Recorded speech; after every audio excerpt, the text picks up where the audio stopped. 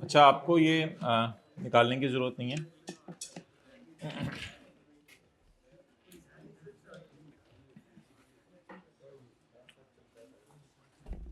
ये पेज 225 पे मैंने क्वेश्चन मार्क लगाया हुआ है, निकालने की ज़रूरत नहीं है। Developing operating software, operating software website के लिए डेवलप कर रहे हैं, ये कहाँ जाना है? ऑपरेटिंग सॉफ्टवेयर के बारे में जो जनरल रूल थे वही लगेंगे। ऑपरेटिंग सॉफ्टवेयर हमने पढ़ा था कि ये अगर इंटेग्रल पार्ट हो हार्डवेयर का तो जाता है IS 16 में ही, और अगर ये इंटेग्रल पार्ट ना हो हार्डवेयर का बल्कि अलग से एक बहुत महंगी चीज है तो फिर भी इसे वेबसाइट कॉस्ट में ना डालें। इसको आप इसकी ये वाली ट्रीटमेंट ना पड़े, ये नहीं सही, बस डेवलपिंग ऑपरेटिंग सॉफ्टवेयर, तो इसको वेबसाइट कॉस्ट में ना डालें। फिर आप इसको अलग से इंटेंजिबल ऑपरेटिंग सॉफ्टवेयर को करार दे दें, क्योंकि वेबसाइट की लाइफ तो लिमिटेड होनी है। वेबसाइट की लाइफ भी हमने पढ़ा था कम से कम लेनी है, तो फिर इसको ऑपरेटिंग सॉफ्टवेयर को अलग से IS 38 के अंदर डाल दें। तो अगर आप डेवलप कर रहे हैं क्या, ऑपरेटिंग सॉफ्टवेयर फॉर वेबसाइट, बाद में उसमें क्या बनानी है, वेबसाइट, तो if integral part of PP, तो फिर अपनी हैसियत लूज कर जाएगा और कहां चला जाएगा, PP में।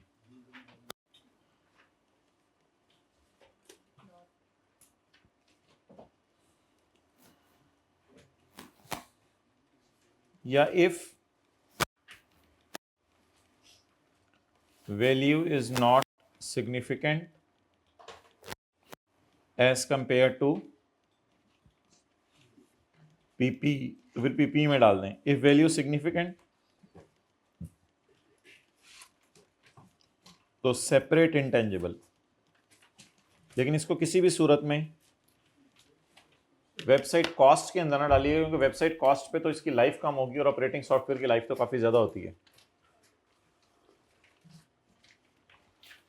ये उस वक्त बात करनी थी शुरू में सुबह सुबह, और दिन से निकल गई।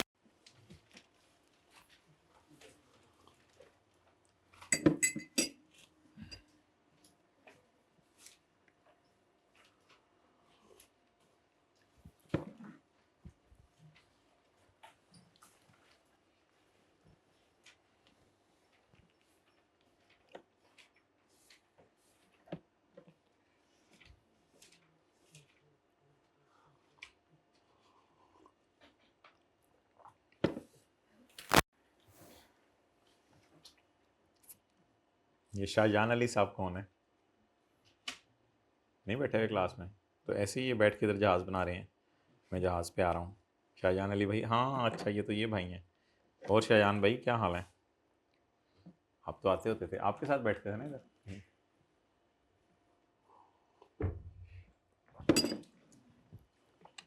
ओके,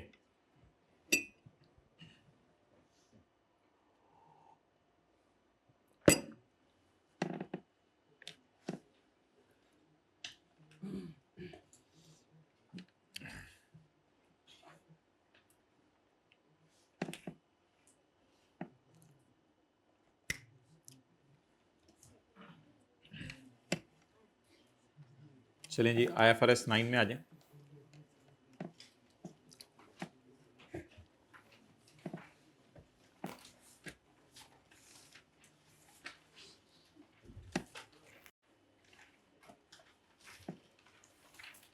एक सफ़ा है जिस पे रेट्स दिए हुए हैं,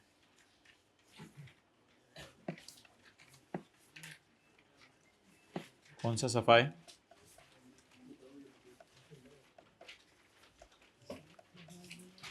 कौन सा पेज है?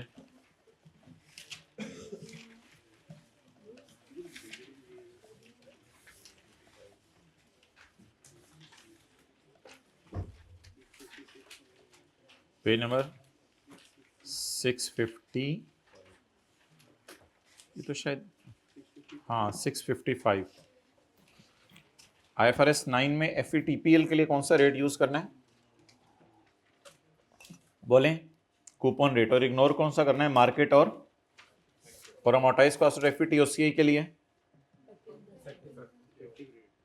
P&L में तो इफेक्टिव रेट पे जाएगा जिसे इंटरनल रेट ऑफ रिटर्न भी कहते हैं, लेकिन सारी बात है कूपन कैलकुलेशन तो होती है, लेकिन P&L में ये जाता है।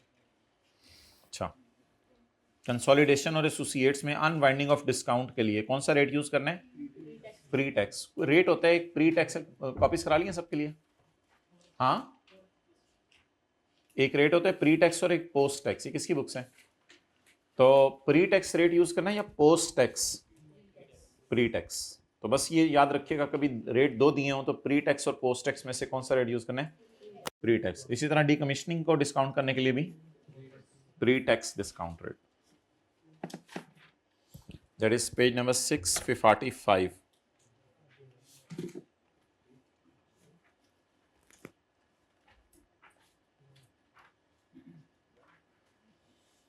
ओके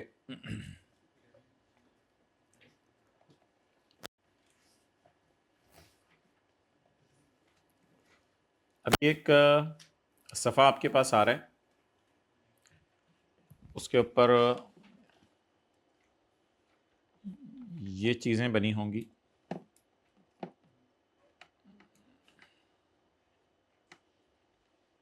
अभी आपके पास आ रहा है सफ़ा, आज के नोट्स का पेज नंबर 7 होगा।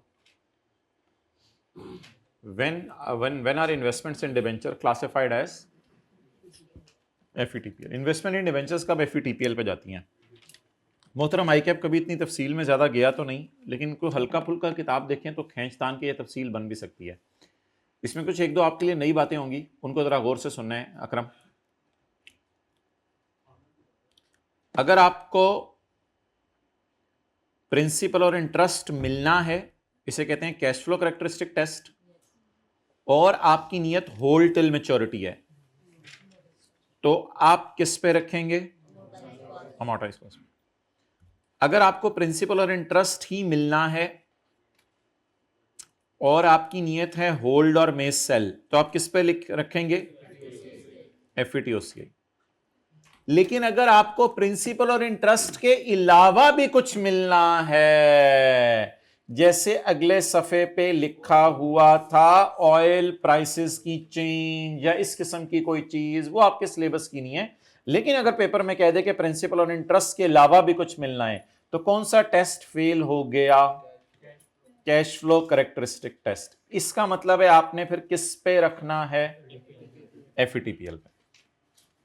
तो अभी आज के नोट्स आपके पास आने लगे हैं, उसमें लिखा होगा when are investments in debenture classified as FVTPL। We are on page number 649, but maybe no need of that page. Mandatory FVTPL पे रखना जब मैंडेटरी FVTPL पे रखना जब cash flows not solely principal and interest. ये हमने class में पढ़ा है, कैश कोई नई चीज आई मैं बता दूंगा, ये हमने क्लास में पढ़ा है, cash flows not principal and interest and more than that, तो फिर ये टेस्ट क्या हो गया। अगर आपको प्रिंसिपल और इंटरेस्ट के अलावा भी कोई चीज चाहिए ना, तो फिर ये टेस्ट फेल हो गया, तो अब आप किस पे रखें। लेकिन ये FVTPL पे लेके जाना क्या है, मैंडेटरी। फिर आपकी नीयत जो मर्जी हो, जब आपको इन दोनों के अलावा कोई तीसरी चीज चाहिए, फिर आपकी नीयत जो मर्जी हो, समझ रहे हैं बात। अगर आपको इन दोनों के अलावा कोई तीसरी चीज चाहिए तो फिर आपकी नीयत जो मर्जी हो, ये टेस्ट फेल हो चुका है, अब आप किस पे रखेंगे। और ये FVTPL पे रखना ऑप्शनल है या मैंडेटरी, अभी नोट्स आ रहे हैं आपके पास, ये लिखा होगा। और अगर ये टेस्ट चाहे पास हो रहा हो लेकिन आपकी नीयत है ट्रेडिंग करना, खरीद के बेचना बस, तो मैंडेटरी है क्या, FVTPL। Business model is to trade or sell for profit. So if it is for profit, mandatory is if it does not pass this test, you need principal and interest के अलावा कोई तीसरी चीज, then it is mandatory. So here is mandatory FVTPL and here is mandatory FVTPL. But at one place there is an, ये नई बात है आपके लिए, at one place there is an optional FVTPL. At one place there is an now what is debt? आपने कोई loan लेके ये डिबेंचर खरीदे हैं और लोन को रखा हुआ है एफईटीपीएल पे।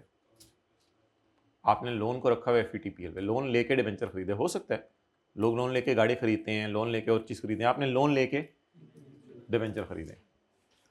अब अगर आपने मिसमैच रिमूव करना है, यू मस्ट फॉलो एफईटीपीएल। नहीं, ये बात आज के लिए नहीं है। You may follow, but if you want to keep it at amortised cost और मिसमैच आपको पसंद है तो कोई मसला नहीं, यू कैन कीप एट, बोले बोले बोले, you can keep at amortized cost, no problem. So try to understand what I am saying. अगर आपको प्रिंसिपल और इंटरेस्ट चाहिए और आपने होल टिल मैच्योरिटी करना है तो किस पे रखें? amortized cost. प्रिंसिपल इंटरेस्ट चाहिए, होल्ड और मे सेल, तो किस पे रखें? अगर आपको प्रिंसिपल और इंटरेस्ट के अलावा कोई चीज चाहिए तो मैंडेटरी। अगर आप प्रिंसिपल और इंटरेस्ट के साथ हेल्ड फॉर ट्रेडिंग है तो मैंडेटरी। बट अगर आप प्रिंसिपल और इंटरेस्ट भी चाहिए और होल टिल मैच्योरिटी है और आपकी उधर लाइबिलिटीज भी पड़ी हुई, आपने ये अपने पैरों पे खड़े होकर इन्वेस्टमेंट नहीं की, आपकी दूसरी तरफ लाइबिलिटीज भी पड़ी हुई है, अब अगर आप चाहते हैं तो ऑप्शनल है एफईटीपीएल, और अगर आप चाहते हैं तो अमोर्टाइज कॉस्ट पे भी रख लें। सिमिलरली ये दोनों स्टार आपको पता है इसके साथ लगे हुए थे, तो at initial recognition we can, यहां वी कैन ज्यादा जरा सख्त हो जाएगा, थोड़ा सॉफ्ट कर ले, we can say we may कर लें, we may irrevocably designate at FVTPL if it reduces or eliminate an accounting mismatch. अच्छा, अब सारा सुपर देखें, समझ आ गया? Mandatory, mandatory and may. जरा सफ़े बांटो, पॉज करके वीडियो।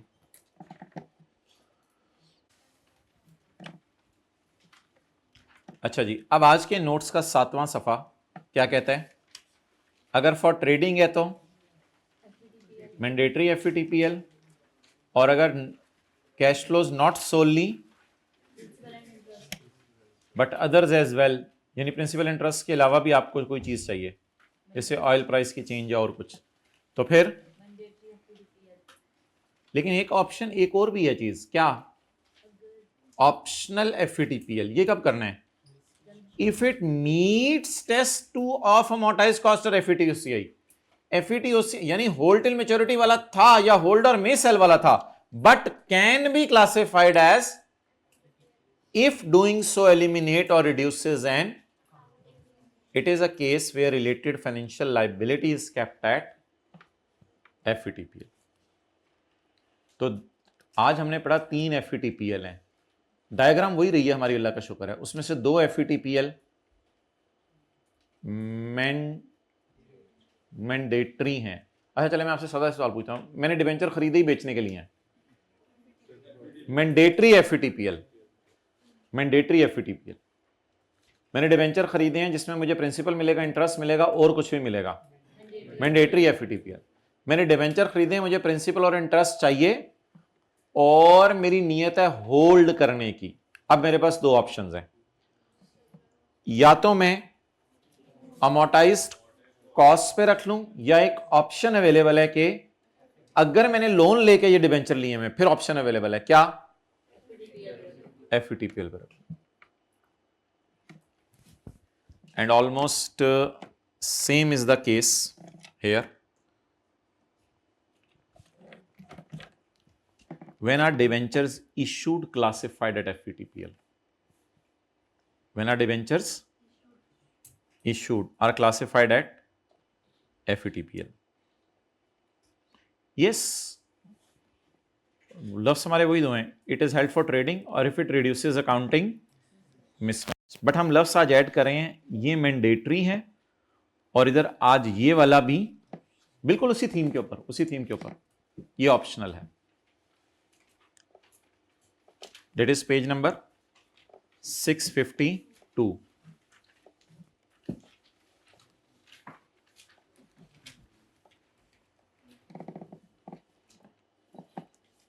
अब देखें इसको हम कैसे टेस्ट करते हैं मॉक में। देखिएगा जरा इसको हम कैसे टेस्ट करते हैं मॉक में। If it reduces accounting for a practice it needs to be tested in mock. If it reduces it is optional. दो इतनी तफसील आईकेप की किताब में नहीं लिखी हुई, बट टेस्टिंग में वो जा रहा है यहां तक शायद कभी कभी। अच्छा, mandatory if it is held for what? Debenture issued. Bracket में हम लिख देंगे नोट्स अपलोड करते हुए financial liability. Optional FVTPL if doing so eliminate or reduces accounting. It is a case where related asset is kept at, जहां asset एफईटीपीएल पे पड़ा हो तो लाइबिलिटी को भी किस पे ले आए खींच के? एफईटीपीएल। उधर ये था लाइबिलिटी पड़ी हुई है एफईटीपीएल पे, इधर क्या है? एसेट पड़ा हुआ है FVTPL. But you can still keep them at amortized cost. Done. Past paper question 4 जरा देखें, आप समझ आ रहे हैं?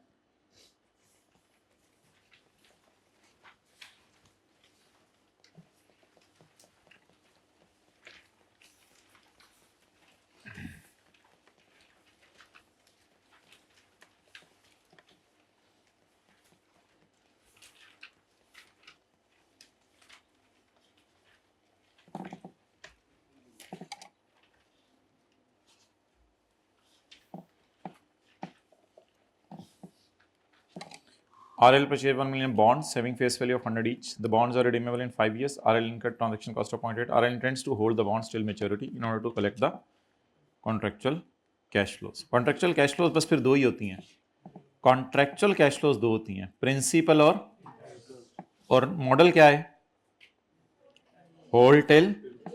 अब सारी शराइत अमोर्टाइज कॉस्ट की पूरी हो रही हैं, लेकिन सवाल है डिस्कस पॉसिबल क्लासिफिकेशन। तो किस तरफ जाएगा फिर ये? नहीं, अब आप बताएं लिख के क्या आएंगे, जरा हाथ खड़ा करके बताएं।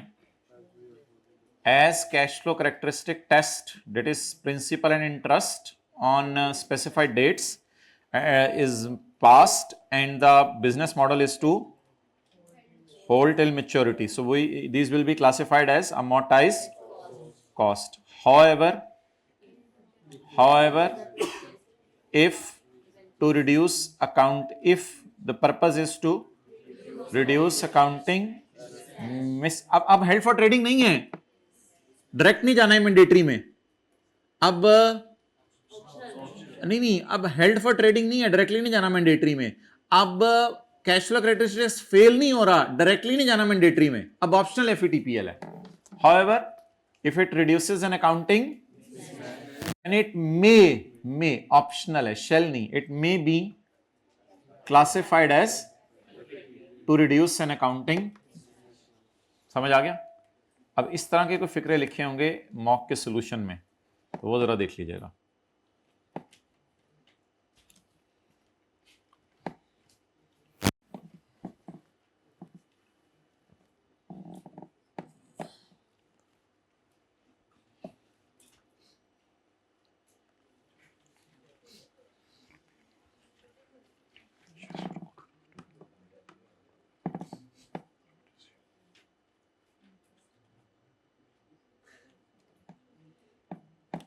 पॉज करो।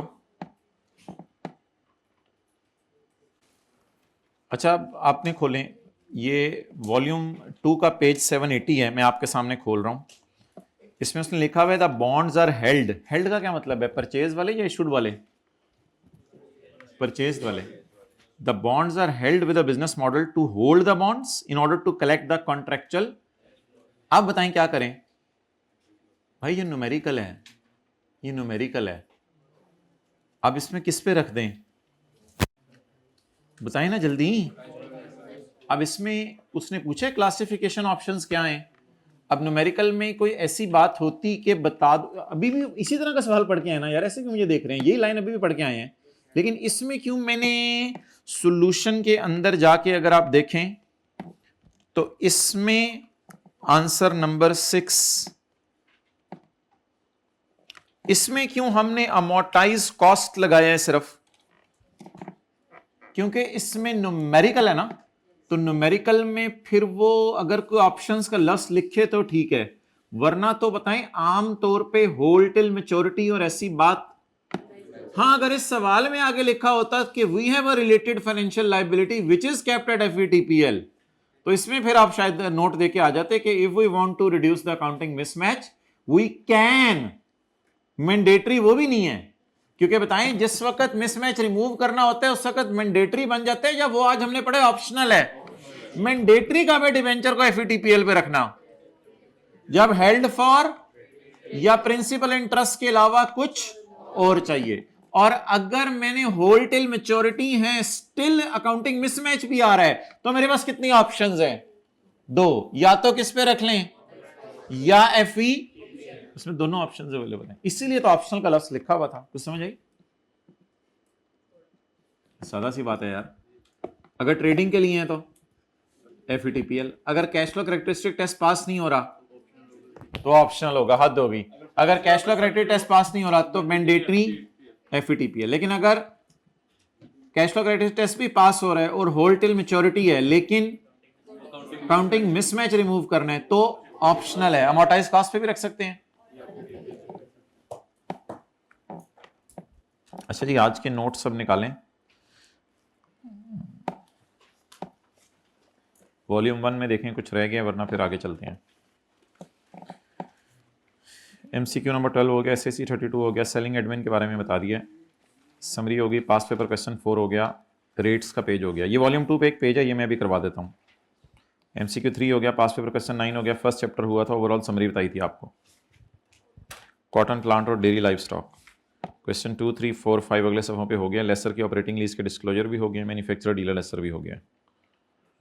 बस ये 3 चीज़ें बची हैं, ये तो वॉल्यूम 2 की हैं। चलें जी क्लोज करें, वॉल्यूम 2 निकाल लें। एक चीज़ मैं इधर देख लें, वॉल्यूम 2 में निकालें पेज 775, पेज 775।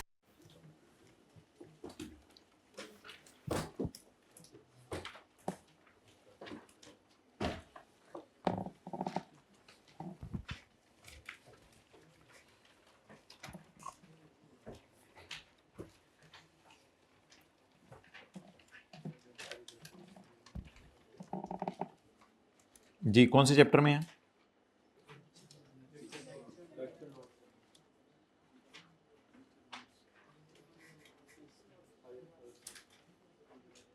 पेज नंबर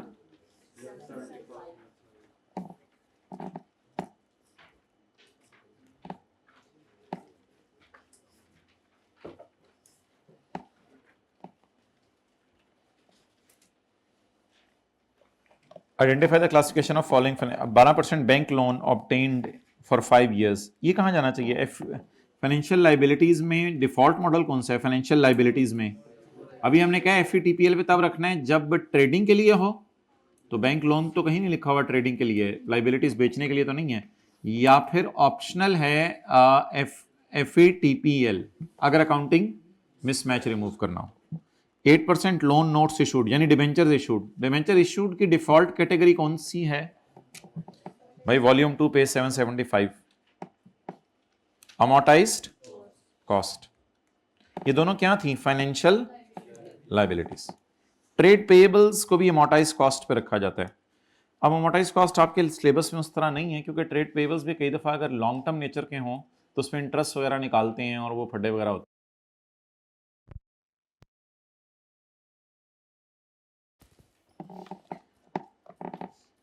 अच्छा जी, ये सारी की सारी क्या हैं? Financial liabilities. अमोर्टाइज्ड कॉस्ट और ट्रेड पेएबल्स को भी। शॉर्ट टर्म करेंसी स्वैप, मैंने कहा था ये करेंसी स्वैप आपके सिलेबस में नहीं है। करेंसी स्वैप्स मैंने कहा था अगर फेवरेबल है तो ये एसेट है, अनफेवरेबल है तो ये लाइबिलिटी है, और इनको भी एफईटीपीएल पे रखते हैं। ये आउट ऑफ सिलेबस टाइप चीज़ है, खुदा ना खास्ता कभी 1-2 नंबर का आ गया तो करेंसी स्वैप्स को कहाँ डाल दीजिएगा? एफईटीपीएल पे, but no chance of testing. बस ये बातें याद रखें। Trade payables, amortised cost, bank loan, debenture issued. तो फाइनेंशियल लाइबिलिटीज को रखते कब है एफईटीपीएल पे? अभी पढ़ाया है, मैंडेटरी एफईटीपीएल पे रखना जब हेल्ड फॉर ट्रेडिंग, और ऑप्शनल एफईटीपीएल पे रखना जब अकाउंटिंग मिसमैच रिमूव करना।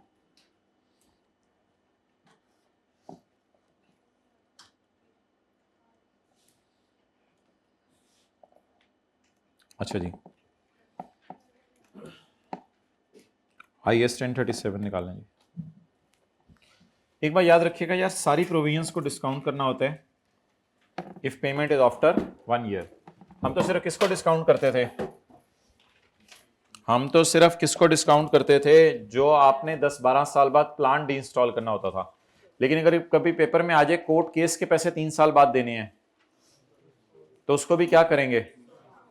डिस्काउंट करेंगे। डन? यार ऐसे ना देखा करें मुझे,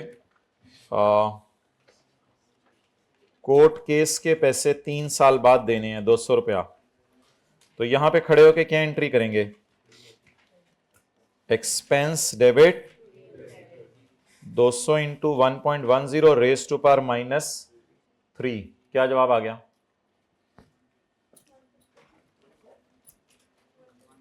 150 पूरा 150 समझ आ गया? तो ये मैं कह रहा हूं। और उसके बाद इसी तरह आगे क्या होगी? Unwinding of. अनवाइंडिंग का क्या मतलब होता है? अब यहां पे खड़े होकर एंट्री करेंगे इंटरेस्ट डेबिट पेबल क्रेडिट, फिर दोबारा यहां खड़े होकर एंट्री करेंगे इंटरेस्ट डेबिट पेबल क्रेडिट। तो इसलिए मैं कह रहा हूं कोर्ट केस के पैसे हैं, कोई भी पेबल है जो आपके 1 साल बाद पे होना है, तो उसको इसी तरह लेंगे। अच्छा, एक बात याद रखिएगा, प्रोविजन को उसी मकसद के लिए यूज करते हैं जिसके लिए बनाई है। ये प्रोविजन यूज कब होनी है? 3 साल बाद। उस वक्त क्या एंट्री होनी है? Provision debit cash credit. तो इस प्रोविजन को वारंटी के अगेंस्ट यूज कर सकते हैं इस पेएबल को? नहीं। तो ये मैं बता रहा था।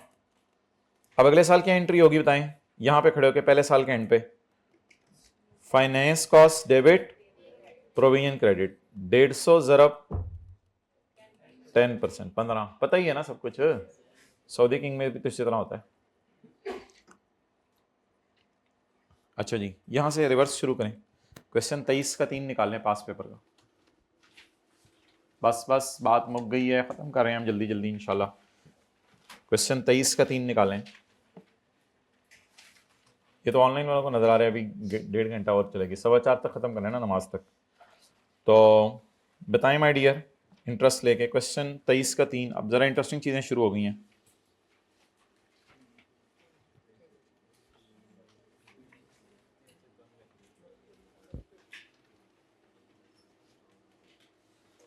ये कॉन्सेप्ट आपको फाइनल अकाउंट में पढ़ाया था एक दिन। एज ऑफ 30 जून 2023 हमने वॉज इन ब्रीच, क्या मतलब ब्रीच कर दी है या करेंगे? वॉज इन ब्रीच कर दी है of one of loan covenants, loan agreement की एक शर्त हमने ब्रीच कर दी है रिलेटेड टू रेवेन्यू टारगेट। हमने अपना रेवेन्यू एक टारगेट तक मेंटेन करना था, वो हमने नहीं किया। Which would have to let the entire long term loan becoming payable immediately, जिसकी वजह से सारा लॉन्ग टर्म लोन फौरन पे करना है। अच्छा, इसकी वजह से बता दें अब मैं लोन को कहां शो करूं? विच वुड बिकम पे इमीडिएटली वायलेट हो चुकी है। भाई जिसको डाउट है वो ये लाइन अंडरलाइन कर दे, वॉज इन ब्रीच, ब्रीच हो चुकी है ये। अब मजबूरन मैं लोन को नॉन करंट में शो करूं या करंट में? करंट में। हाउएवर अल्लाह का शुक्र है, JCL कॉन्टैक्टेड द बैंक, मैंने बैंक से राब्ता किया एंड ऑब्टेन्ड अ माफी from them for compliance with the given covenant. उनसे माफी मांग ली है साल के बाद। अब सवाल यही है कि ये एडजस्टिंग इवेंट है या नॉन एडजस्टिंग। तो भाई इसको अपनी अकल लगाने की ज़रूरत नहीं है, ये मैंने आपको फाइनल अकाउंट के अंदर एक जगह जो है वो पढ़ा दिया हुआ है, वहीं से इस बात को जो है वो देख लेते हैं। किसी को अगर पेज नंबर याद हो।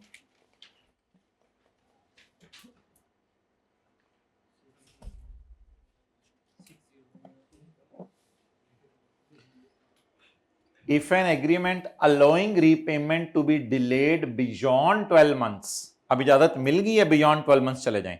30 जून पे खड़े होकर मुझे लग रहा था कि मैंने 12 महीने में ही पे कर देने, लेकिन अब इजाजत मिल गई है beyond 12 months from the reporting date is, मैंने हाईलाइट की भी बात कहा था पढ़ें, if agreement is obtained after the reporting date but before the approval of financial statement, then this would be a, it will be classified in and will be disclose, इसको disclose कर दें, एक अच्छा इवेंट है। बहरहाल इसको current में ही show करें। क्या ऐसा मसला हो गया जिसके वजह से करंट में शो करें? 30 जून को कोई कंडीशन ब्रीच हो गई थी रेवेन्यू टारगेट की, कि तुमने अपना रेवेन्यू 500 मिलियन तक रखना है, तब तुम्हें लोन दिए रखेंगे, वरना लोन लॉन्ग टर्म से करंट में शिफ्ट कर देंगे और तुम्हें अगले साल वापस करना पड़ेगा। जब ये ब्रीच हो गई 30 जून की रात खड़े होके, तो 30 जून की बैलेंस शीट में मुझे कहां शो करना चाहिए? करंट में। फुल स्टॉप के बाद उसने कहा अगले साल मैंने इजाजत ले ली है। अब इसमें अक्ल ना लगाइएगा सर, वो तो फिर इसका मतलब है कोई मसला एग्जिस्ट कर रहा था ईयर एंड पे, तो ये तो मुझे एडजस्टिंग इवेंट लग रहा है। जब स्टैंडर्ड की वाज़ेह गाइडेंस आ जाए तब आपने अकल लगानी बंद कर देनी है। इस मामले में स्टैंडर्ड कह रहा है कि आपका साल के बाद बैंक से इजाजत लेना मेरी नजर में कोई हैसियत। आप बैंक से साल के बाद इजाजत क्या मिली अल्हम्दुलिल्लाह? कि ये लोन, जल्दी बताए ना, कि ये लोन एक्सेलेंट इमीडिएटली पेएबल नहीं है, अब ये लॉन्ग टर्म ही है, इजाजत तो मिल गई, क्या आप इसको लॉन्ग टर्म में रखें या नॉन एडजस्टिंग इवेंट है? देयरफॉर अब क्या लिख के आएंगे? The taking of the obtaining of weber from the bank after year and relates to circumstances that arose after the balance sheet date. Therefore, it is a, however, it will be disclosed in the financial statement that it will कि ये financial statement में disclose करते हैं। However, this fact will be disclosed in the financial। अब show कहां करेंगे?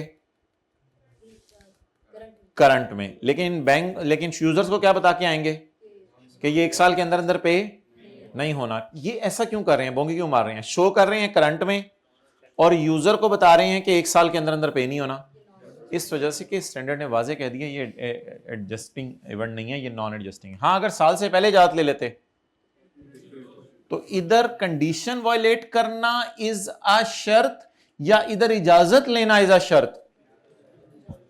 तो इजाजत अगर साल से पहले ले लेते तो फिर कोई मसला नहीं था, लेकिन इजाजत कब ली? That's why it is a non adjusting event. अगला सवाल कौन सा है? 14 का 3। ये यार मैंने मेन क्लास में बताना था आज, वैसे तो क्लास में बताया हुआ है। साल के बाद टैक्स का रेट चेंज हो गया, साल के बाद जून 30/10 हमारा ईयर एंड है, इसके बाद रेट चेंज हो गया, तो ये हमेशा कौन सा इवेंट लेंगे? Non adjusting. ये हमेशा कौन सा इवेंट लेंगे? Non adjusting. कब रेट चेंज हुआ है इसको नॉन एडजस्टिंग इवेंट लेंगे और इसकी टेंशन नहीं लेंगे। अच्छा, वो IAS 12 में कोई और कॉन्सेप्ट था, वो ये था कि 28 जून को पता चल गया कि अगले साल का रेट क्या है। अच्छा सॉरी, ये क्या है? इसमें लिखा हुआ है जून 30/10 हमारा साल है और हुकूमत ने रिट्रोस्पेक्टिवली रेट इंक्रीज कर दिया है, हमारे साल का रेट भी चेंज हो गया है, बिल्कुल नॉन एडजस्टिंग है, कोई मसला ही नहीं। चाहे IAS 12 की रोशनी में बम्बार्डमेंट हो जाए, पिछले सारे टैक्स रेट हमने 30% पे निकाले होंगे, हालांकि हुकूमत ने रिट्रोस्पेक्टिवली कह दिया कि हमारे साल का रेट 32% है, तो इसलिए बिल्कुल कोई परेशानी की बात नहीं, बिकॉज इट इज आ। अब देखिए इसका इंपैक्ट क्या होगा, इसका इंपैक्ट क्या होगा? ईयर एंड पे मुझे क्या पता था कि मेरा रेट कितना है? 30%। 18 अगस्त को क्या पता चला कि 2010 का रेट 32 है रिट्रोस्पेक्टिवली। अब वर्किंग वन जो करंट टैक्स वाली है और वर्किंग टू और डेफर टैक्स वाली है, वो मैं 30 पे करूं या 32 पे करूं? यार यही तो कॉन्सेप्ट समझाया कि ये नॉन एडजस्टिंग इवेंट है, because it relates to circumstances that arose after the, so that's why it is a. आप बता दें करंट टैक्स और डेफर टैक्स और रिकॉन किस पे बनाऊंगा, लेकिन यूजर को बता के आ जाएं 100 मिलियन के टैक्सेबल प्रॉफिट पे 30 की लाइबिलिटी है लेकिन देना 32 है। यूजर को बता के आ जाएं देना 32% है, मारे गए हैं हम, लेकिन एंट्री नहीं कर सकते। आपका बिल्कुल सही दिल चाह रहा है कि एंट्री करें, क्योंकि आपको भी यकीन है, मुझे भी यकीन है, रेट 32 हो गया और रिट्रोस्पेक्टिव हमारे साल का भी रेट चेंज हो गया, लेकिन मैं क्यों नहीं करंट और डेफर टैक्स की वर्किंग 32 पे कर सकता? क्योंकि IAS 10 के स्कोप के अंदर ये बात है कि ये नॉन एडजस्टिंग इवेंट है। अब अल्हम्दुलिल्लाह बता दें कंक्लूजन, जिसको मैं आंसर कहूं, यूज कौन सा करेंगे? Current tax, defer tax, recon, use कौन सा करेंगे? 30%, क्योंकि 32% is a non adjusting.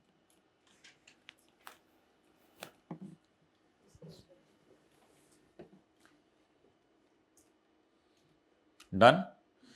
Disclose में वही बात है, इफ इट इज मटेरियल तो डिस्क्लोज कर दें। डन। अच्छा, कोई और चीज भी आप बताएं इस तरह की होती थी, साल के बाद अनाउंस करते थे लेकिन हमारे साल रिकॉर्ड नहीं करते थे। डिविडेंड, वो भी तो साल के बाद अनाउंस होते थे, उसको भी हमारे साल में आकर रिकॉर्ड नहीं करते थे। चलें जी, अगला सवाल। ये नोट कर लिया आप लोगों ने? कर लें यार। वैसे रेट तो हमारे साल का चेंज हो रहा है, क्या करें? अनाउंसमेंट बाद में हो रही है ना, हम क्या कर सकते हैं? आप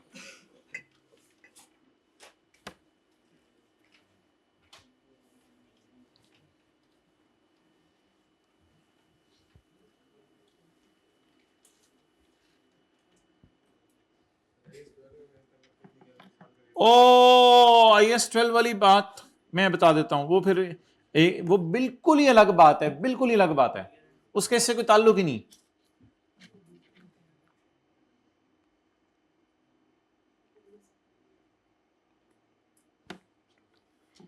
वो बिल्कुल ही अलग बात है। वो क्या है देखें, वो माय डियर ये बात है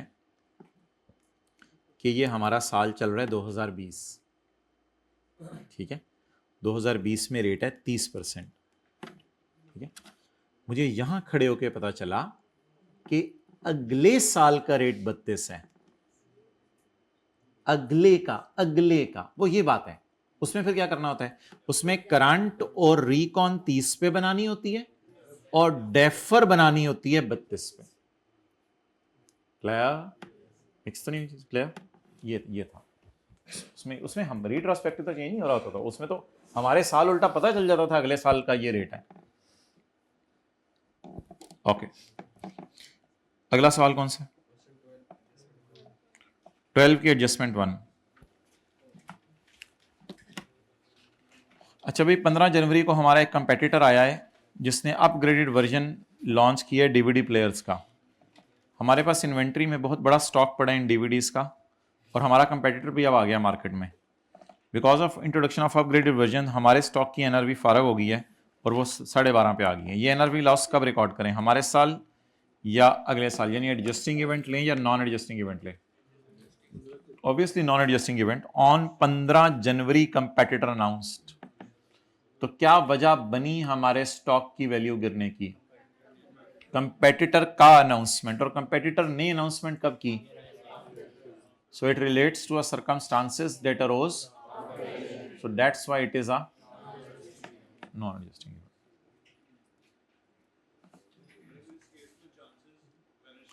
यार ये ना एक बड़ी लंबी बहस है, अब ICAP से भी इस पर कई दफ़ा बात चली है। इस एडजस्टमेंट पर काफ़ी लड़ाई है मार्केट में, लेकिन अगर इस एडजस्टमेंट को फिर छेड़ते हैं ना तो फिर पूरा IAS 10 आपका डाउट में पड़ जाता है। उस तरह मैं छेड़ना नहीं चाह रहा, चले हल्का सा छेड़ लें। असल में लोगों का ये कहना है, कई कई लोगों का, कि ये एडजस्टिंग इवेंट है क्योंकि कंपेटिटर्स ओवर डेज नहीं आते।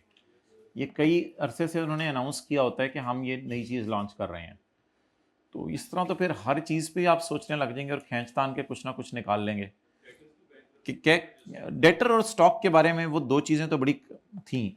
यहाँ सवाल मुझे साइलेंट नहीं लग रहा, वजह बताई जा रही है।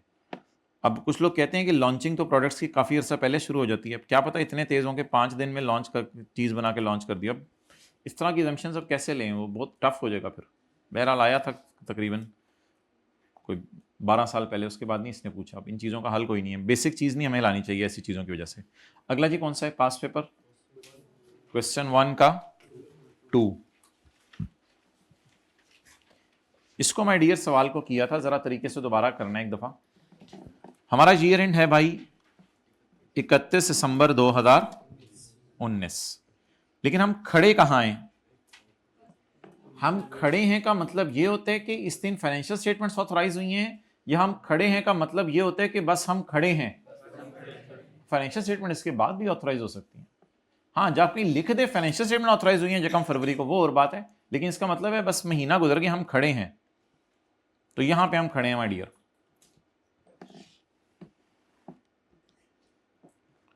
नवंबर के महीने में WL इंट्रोड्यूस्ड, WL ने इंट्रोड्यूस की है a promotion scheme in which a scratch card was included. किस महीने में? In November. Scratch card was included in one of its products. जैसे पुराने जमाने में बोतल खोलते थे या आज के जमाने में कोई चीज खोलते हैं उसमें कोई नाम पड़ा होता है। तो these cards carry prices ranging from 100 to 50,000 and are valid for claims till 29 February. और कब तक हम आ सकते हैं? 29 फरवरी के बाद नहीं हम आ सकते, 29 फरवरी तक आके क्लेम कर सकते हैं। मतलब यह कि अगर किसी ने स्क्रैच कार्ड खोल भी लिया और खोल के उसका 10,000 इनाम निकल आया, 100 और 50,000 के दरमियान 10,000 इनाम निकल आया और वो घर में ही रहा, तो हम उसको फिर ऑनर नहीं करेंगे। और अगर किसी का 120 रुपये इनाम निकल आया और वो भी 29 फरवरी के बाद आया, तो फिर भी हम उसको ऑनर नहीं करेंगे। हो सकते हैं स्क्रैच कार्ड में इनाम उसका पड़ा हो, लेकिन उसके लिए आने की मुद्दत कब तक है? 29 के बाद नहीं आ सकता। All scratch cards were printed on system and packed directly in the product without any human intervention. As per the scheme, WL has decided to, हमने 25 मिलियन के प्राइजेस इसमें डाले थे एज पर आवर डिसीजन, लेकिन बाद में पता चला कि हमें 32 मिलियन के क्लेम्स आ चुके हैं एट ईयर एंड। यहां तक 32 के आ चुके हैं क्लेम, हालांकि मैक्सिमम 25 के आने थे मेरे ख्याल से। An inquiry has led to conclusion that software for printing scratch card has errors, which has led to printing of unknown amount of prices. और लोगों को unknown prices मिल गए हैं, तो हमारे कंट्रोल से वो चीज बाहर है अब। Further claim of 12 million had been received till 31 जनवरी। ये क्यों बताया है? ये इस लाइन वजह से बताया, और कोई वजह नहीं इसकी। यहां तक कितने क्लेम्स आ गए हैं? 12 के और आ गए हैं। यहां तक कितने क्लेम्स और आ गए हैं? कब तक और आ सकते हैं? अब इस एक महीने के बारे में मुझे बताएं, क्या ये जो एक महीना है, इज इट, ये जो एक महीना है, क्या ये प्रोबेबल है कि पैसे देने पड़ेंगे? जी बिल्कुल, बल्कि वर्चुअली सर्टेन टाइप के लोग आएंगे उनको पैसे देने पड़ेंगे। अच्छा, प्रोबेबल है। पास्ट इवेंट क्या है? प्रिंटिंग की जगह बेहतर है, बस ठीक है, सेल ऑफ प्रोडक्ट्स है जिसमें आपने स्क्रैच कार्ड डाले हैं, पास्ट इवेंट भी है।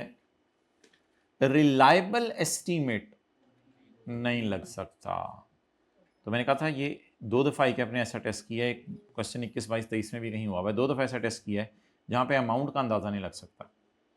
अब प्रोबेबल भी है, पास्ट इवेंट भी है, लेकिन amount can not be measured.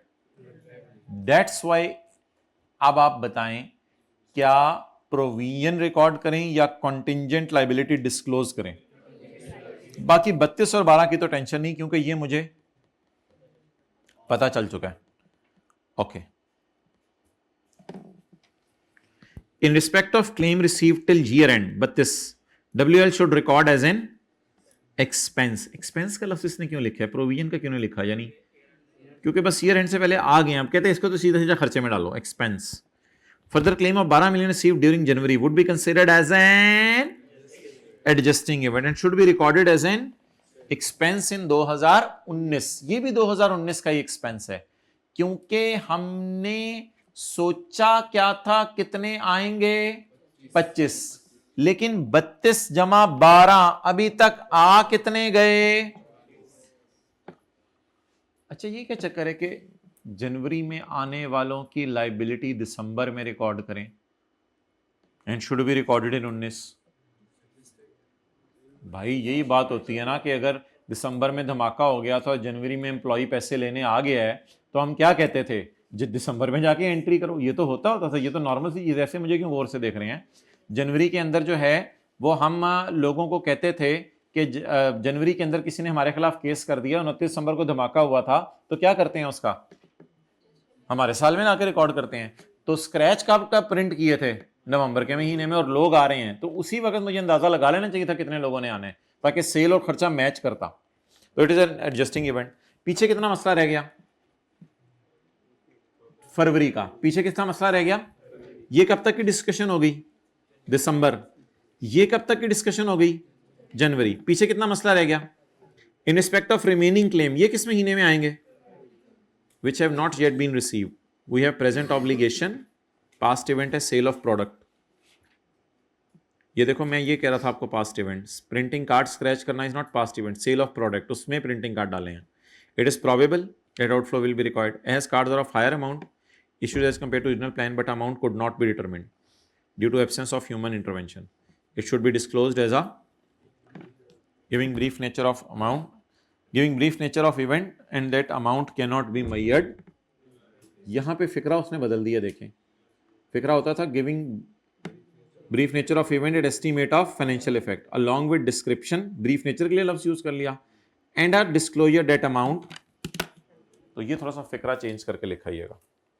तो आप बता दें जी, जो तो दिसंबर तक आ गए वो तो मेरे खर्चे में चले गए, उस पर कोई डाउट नहीं. जो जनवरी में आए वो भी नवंबर की वजह से आए, तो वो भी एडजस्टिंग इवेंट. और जो फरवरी में आएंगे उनको भी रिकॉर्ड मुझे करना चाहिए अभी खड़े हो गए 31 दिसंबर को, लेकिन क्यों नहीं कर पा रहा? रिलायबल एस्टीमेट नहीं. डन. आगे देखें कौन सा सवाल है.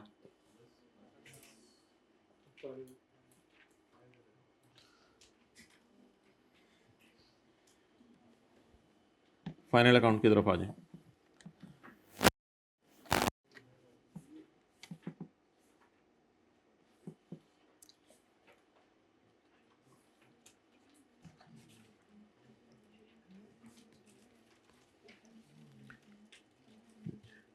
बैलेंस शीट के फेस पर अनक्लेम्ड डिविडेंड और अनपेड डिविडेंड को इकट्ठा शो करना होता है या अलग अलग? आज इन दोनों की डेफिनेशन सुन लें. अनपेड डिविडेंड ये होता है कंपनी ने अनाउंस कर दिया है लेकिन कंपनी ने अभी तक बांटा नहीं. ये शायद पनिशेबल है अगर कुछ दिनों तक ना बांटा जाए, ये कंपनी का फॉल्ट है. और अनक्लेम्ड ये होता है कि कंपनी की तरफ से दे दी है, आपने आके क्लेम, तो ये तो किसकी सुस्ती है? इसीलिए मेजॉरिटी कंपनीज की बैलेंस शीट में आपको पता होगा, हम कभी कभी देखते थे अनक्लेम्ड आ रहा होता था, अनपेड बहुत कम आ रहा होता है. वो तो जुर्म है कि लोगों को डिविडेंड ना देना अनाउंस करके. तो अनाउंस करें और ना दें लोगों के आने पे, इट इज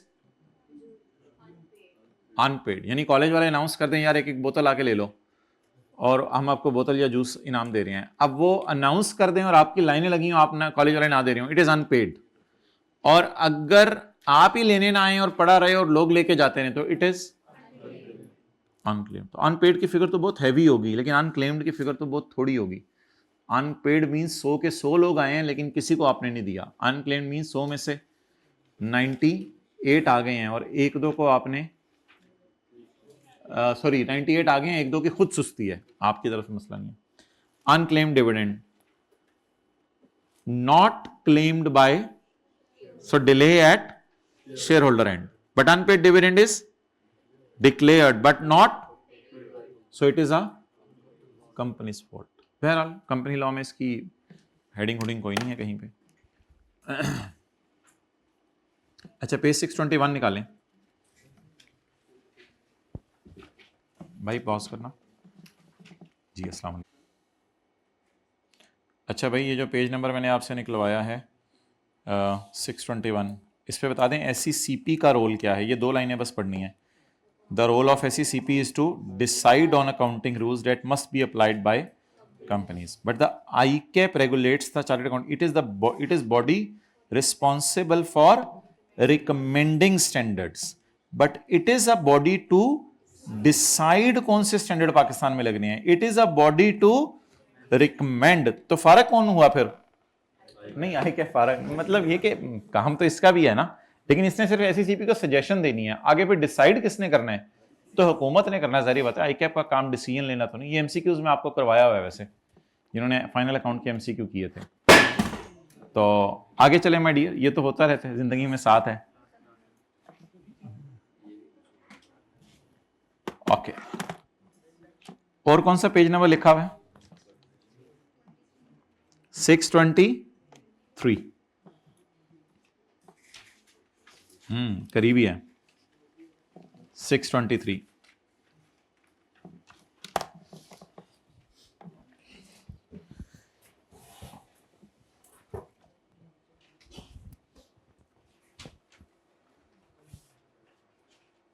हमारे साल खड़े होके पिछले साल की गलती पता चले, हमारे साल खड़े होके पिछले साल की गलती पता चले। पास पेपर क्वेश्चन 4 में हुआ था शायद। तो ये एक छोटी सी डिस्कशन थी जब आईएएस सेट 7 होता था। अब आईएएस सेट 7 नहीं है तो इतना आईकेप इसको टेस्ट नहीं करता, लेकिन बहरहाल पता होना चाहिए। हमारे साल खड़े होके पिछले साल की गलती पता चले तो उसको ठीक करते हैं जाके statement of changes in equity के अंदर ओपनिंग आरई में, और उसका टैक्स इंपैक्ट भी ओपनिंग आरई में ही एडजस्ट करते हैं जैसे कि इस क्वेश्चन में हमने किया था, और उसको डेफर्ड में डालते हैं, करंट में नहीं डालते। तो पहली बात यह है, पास्ट पेपर क्वेश्चन नंबर 4 खोलने की जरूरत नहीं। Last year error is given in question, so we will make tax adjustment in RE, और टैक्स एडजस्टमेंट भी आप लिख लें डेफर्ड टैक्स में करनी है। लास्ट ईयर की गलतियां करंट टैक्स में सही करनी है, डेफर्ड टैक्स में एरर टैक्स वालों से गलती नहीं हुई, हमारे से गलती हुई है, तो हमारी गलतियां डेफर्ड टैक्स में सही होंगी। क्योंकि लोगों का यह कहना है कि कैरिंग अमाउंट गलत है। हाँ, लोगों का यह कहना है कैरिंग अमाउंट गलत है, इस वजह से इसको फिर डेफर्ड टैक्स में ले जाए। डन। अब रूल नंबर 1 क्या बना? हमारे साल खड़े होके पिछले साल की गलती पता चले तो उसको, मिसाल के तौर पे पिछले साल की चोरी रिकॉर्ड नहीं हुई, अब एंट्री क्या बनेगी? Expense debit stock credit. लेकिन एक्सपेंस डेबिट करेंगे या ओपनिंग आरई कम करेंगे?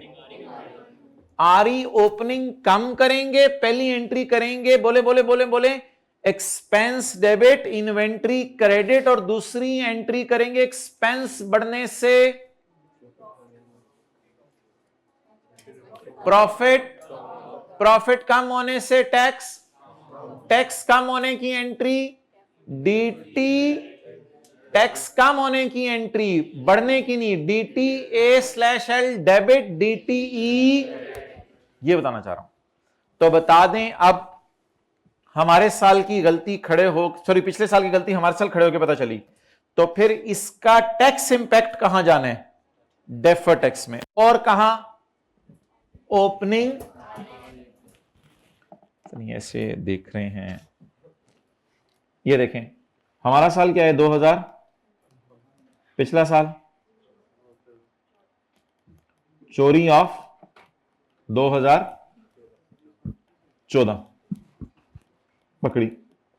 अच्छा, अगर फाइनेंशियल स्टेटमेंट ऑथराइज होने से पहले पकड़ लेना तो फिर तो आईएएस 10 लगा देंगे, लेकिन अगर फाइनेंशियल स्टेटमेंट ऑथराइज होने के बाद पकड़े तो चोरी ऑफ 2014 पकड़ी, ₹10 की। अब क्या करेंगे? एंट्रीज बताएं। एक्सपेंस डेबिट, इन्वेंट्री क्रेडिट, और इसका टैक्स इंपैक्ट कहां डालना है? ये भी आरई में डालना है। कैसे? खर्चे बढ़ने से प्रॉफिट, प्रॉफिट कम होने से टैक्स, टैक्स कम होने की entry DT credit. 30% tax rate है, लेकिन प्लीज डीटी की जगह आरई क्रेडिट। चले नोट, ये इस तरह की डिस्कशन हो गई। रूल नंबर 1 बताएं जी आज का, जल्दी जी। हमारे साल खड़े होकर पिछले साल की गलती पता चली तो उसका टैक्स इंपैक्ट कहां जाना है? आरई में। और आरई में किस अकाउंट से रूट होना है? सीटी या डीटी? डीटी।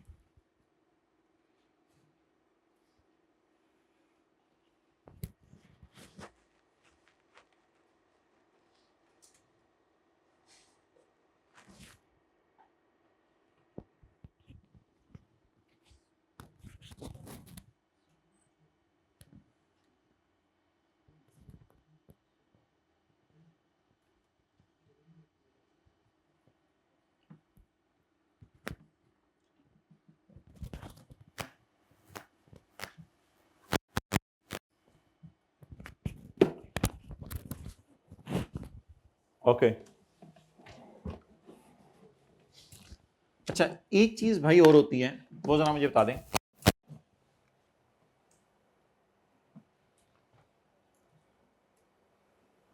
करंट टैक्स पिछले साल का हमने कुछ कैलकुलेट किया, हुकूमत ने हमारे साल खड़े होके उसमें अंडर या ओवर प्रोविजन निकाल दी। हुकूमत, हमारी कोई एरर नहीं है, हुकूमत ने कहा तुमने फाइन नहीं ऐड किया पिछले साल, तुमने पेनल्टी नहीं ऐड की पिछले साल। इस कॉन्सेप्ट को हमने क्या पढ़ा था, हमारे साल खड़े होके पिछले साल की गलती नहीं पता चली, हमने अल्लाह का शुक्र है सारी अकाउंटिंग सही की हुई है। हमारे साल खड़े होके गवर्नमेंट ने पिछले साल की सीटीई को छेड़ा, इसको एरर नहीं कहते, इसको कहते हैं चेंज इन। तो P&L के मुंह पर इस गलती को सही करना है। सीटी करंट, सीटी प्रायर और डीटी तो अलग से आएगा, इसको कहते हैं चेंज इन। और ये एडजस्टमेंट IAS 12 में आती थी अक्सर। इंटरटेनमेंट एंड रिपेयर ऑफ 2010 खड़े होते थे 11 में, is disallowed by tax authorities. Now is it our error?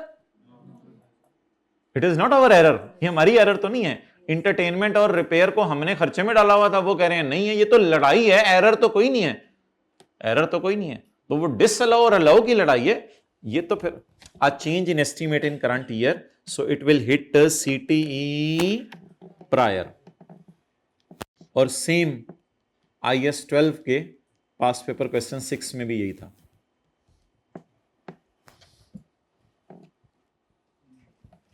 IAS 12 के पास्ट पेपर क्वेश्चन 6 में भी यही था, लिख लें।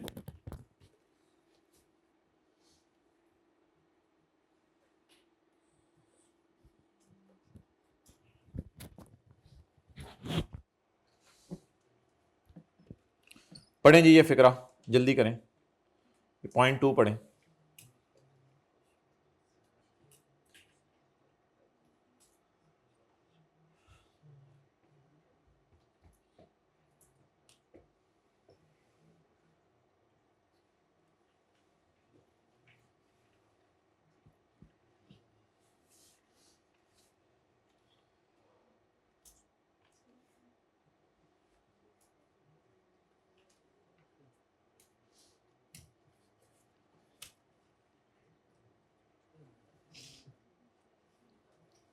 A change in estimating current tax of previous year, इसकी मिसाल लिखें। हमारे साल खड़े होके पिछले साल की इंटरटेनमेंट डिसअलाउ हो गई,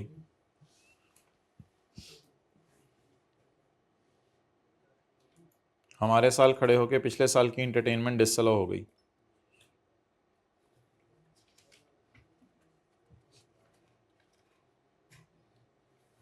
बोले इज इट एन एरर और चेंज इन अकाउंटिंग एस्टीमेट? अच्छा जी, पास्ट पेपर क्वेश्चन 4 की जो एडजस्टमेंट 6 थी उसमें ये लिखा हुआ था पिछले साल का करंट टैक्स 7 मिलियन है, लेकिन हमने अब डिसाइड किया 5 मिलियन है क्योंकि हुकूमत ने कोई छूट दे दी है। ये एडजस्टमेंट शायद आप लोगों को याद हो। अच्छा नेक्स्ट, इसको काट दें, इसकी जरूरत नहीं है। पास्ट पेपर क्वेश्चन 10 और 11 देखें, उसमें तो टैक्स की एडजस्टमेंट बिल्कुल आसान है, उसमें तो पूरा करंट और डेफर टैक्स निकालने का डाटा दिया हुआ है। पास्ट पेपर क्वेश्चन 10 11 निकालें ना, उसमें तो पूरा करंट और डेफर टैक्स निकालने का डाटा दिया हुआ है।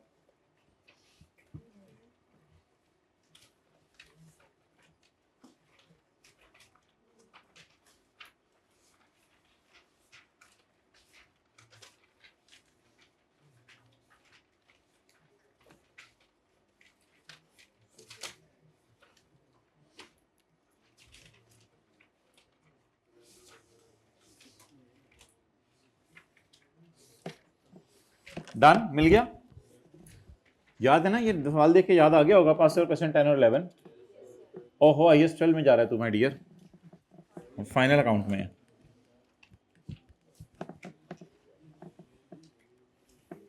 बस इसको छोड़ दें, ये मैं इसलिए छुड़वा रहा हूँ, ये चीजें आपको वैसे देख के पता चल जाती हैं, इसलिए इसकी टेंशन नहीं लेनी।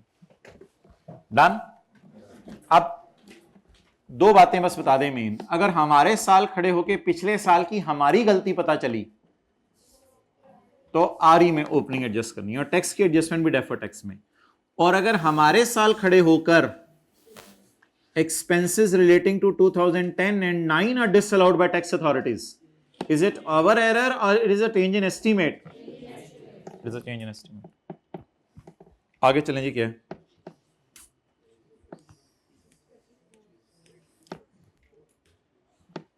पेज 634 निकालें। सॉरी यार, इतना आपको आगे पीछे लेके जा रहा हूं। पेज 634।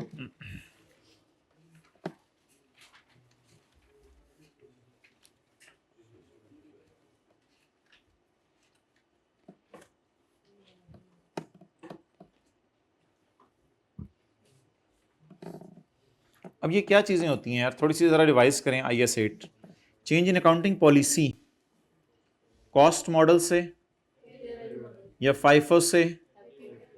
इसको आप पढ़ते थे IS 8 में कि इसको रिट्रोस्पेक्टिवली डील करना है। और prior year error, plant charge to expenses, sale wrongly recorded, prior year error को भी रिट्रोस्पेक्टिवली डील करना है। और change in useful life, under over provision, आज वाली बात, और increase in rate of, it all will be dealt prospectively. Done? अच्छा,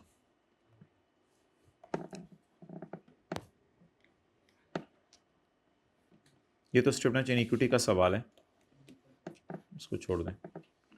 अच्छा माय डियर, वापस आ जाएं। अब सिर्फ एक चीज रहेगी, करंट एसेट्स। पेज 585 निकालें, page 585।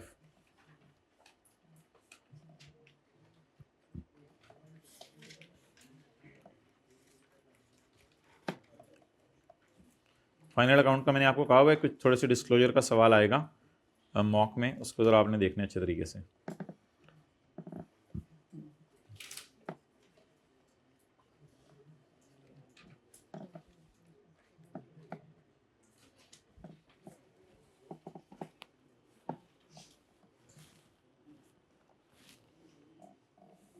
Page 585।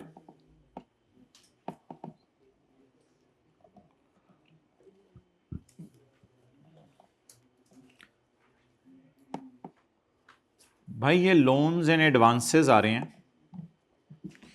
If loans and advances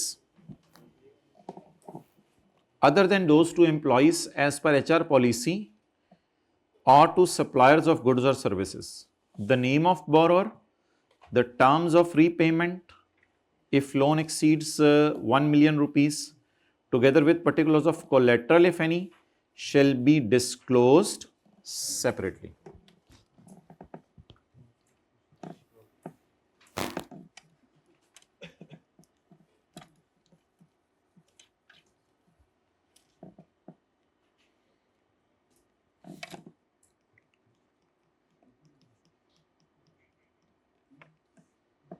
Current assets,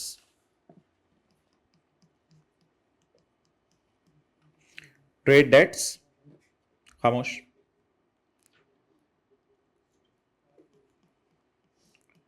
loans to associate, loans to employees,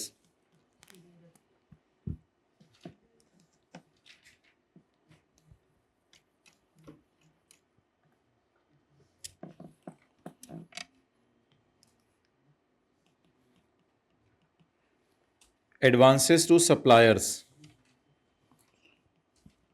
advances to suppliers। अच्छा, अब ऊपर से जरा पढ़ के बताएं। लोन्स टू एम्प्लॉयज, मैं कहता हूं ये HR पॉलिसी के मुताबिक हैं, और ये loan to employees not as per HR policy, ये HR पॉलिसी के मुताबिक नहीं है।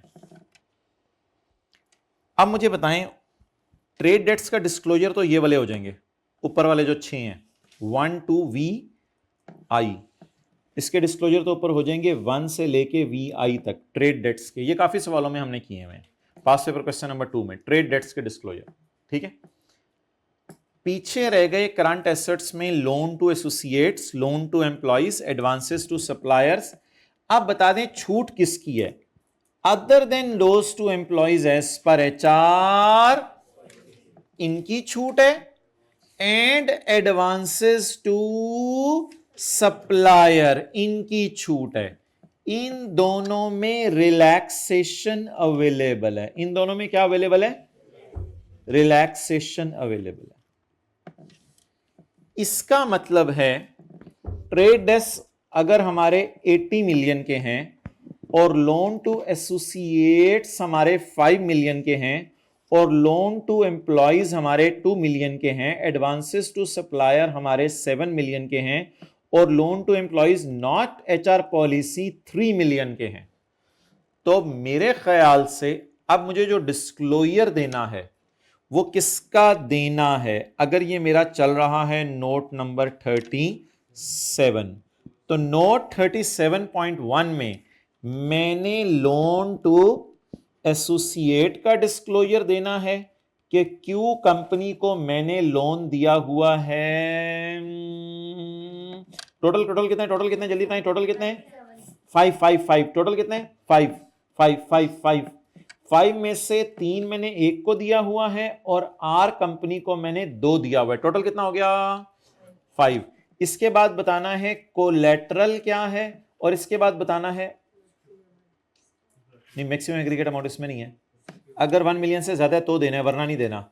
और इसके अलावा क्या बताना है?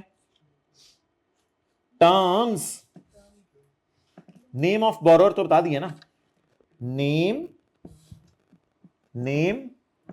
Terms together with the collateral, और यहां टर्म्स बता देनी है यूजर को लेके, जिस तरह मर्जी बता दें।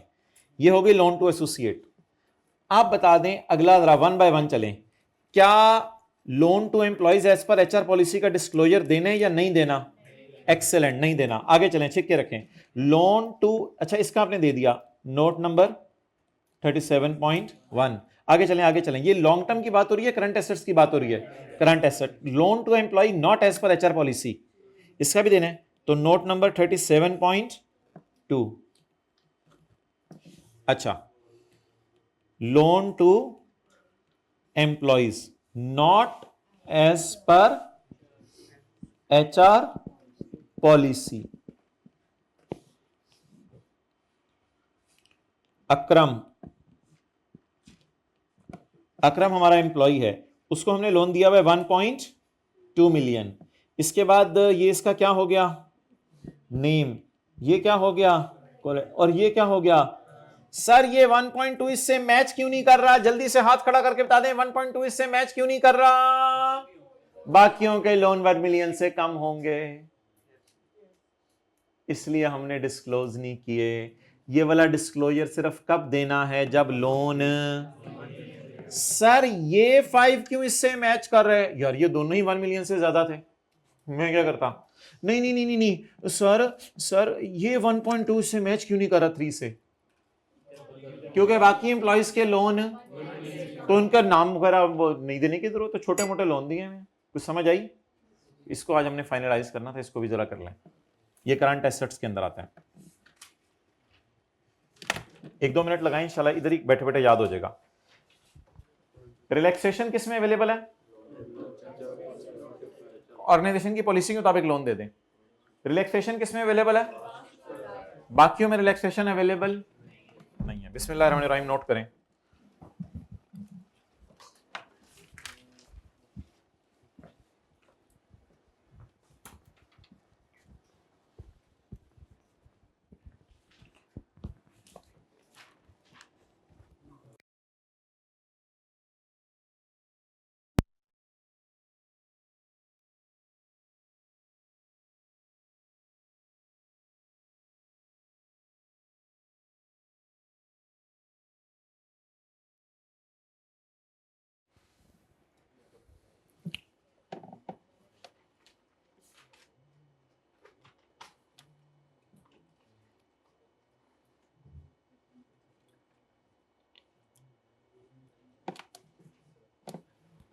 पॉज कर दो भाई।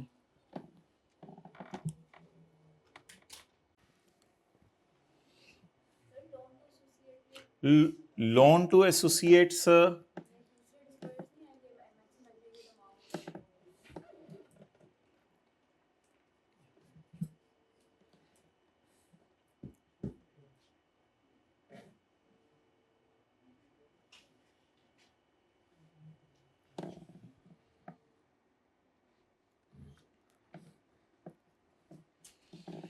अच्छा जी,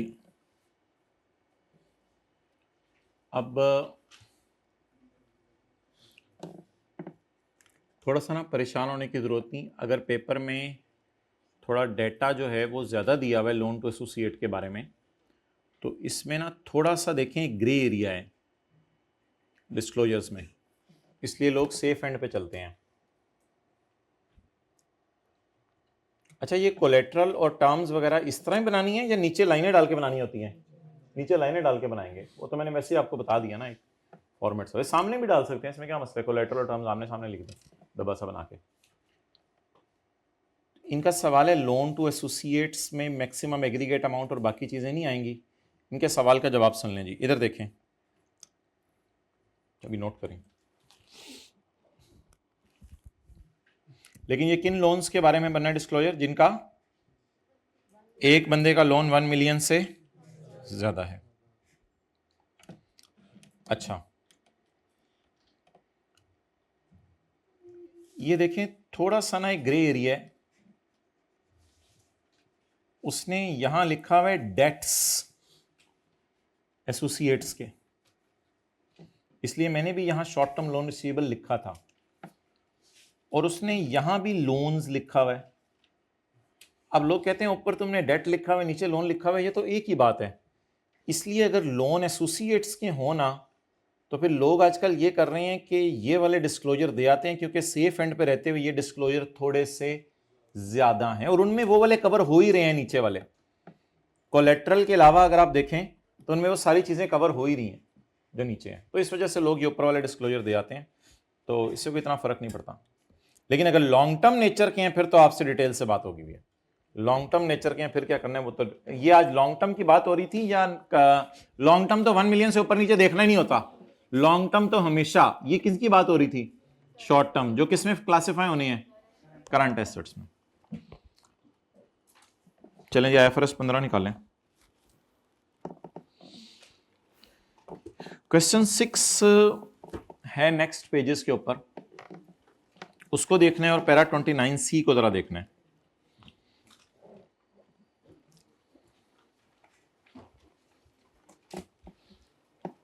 किधर है जी IFRS 15? IFRS 15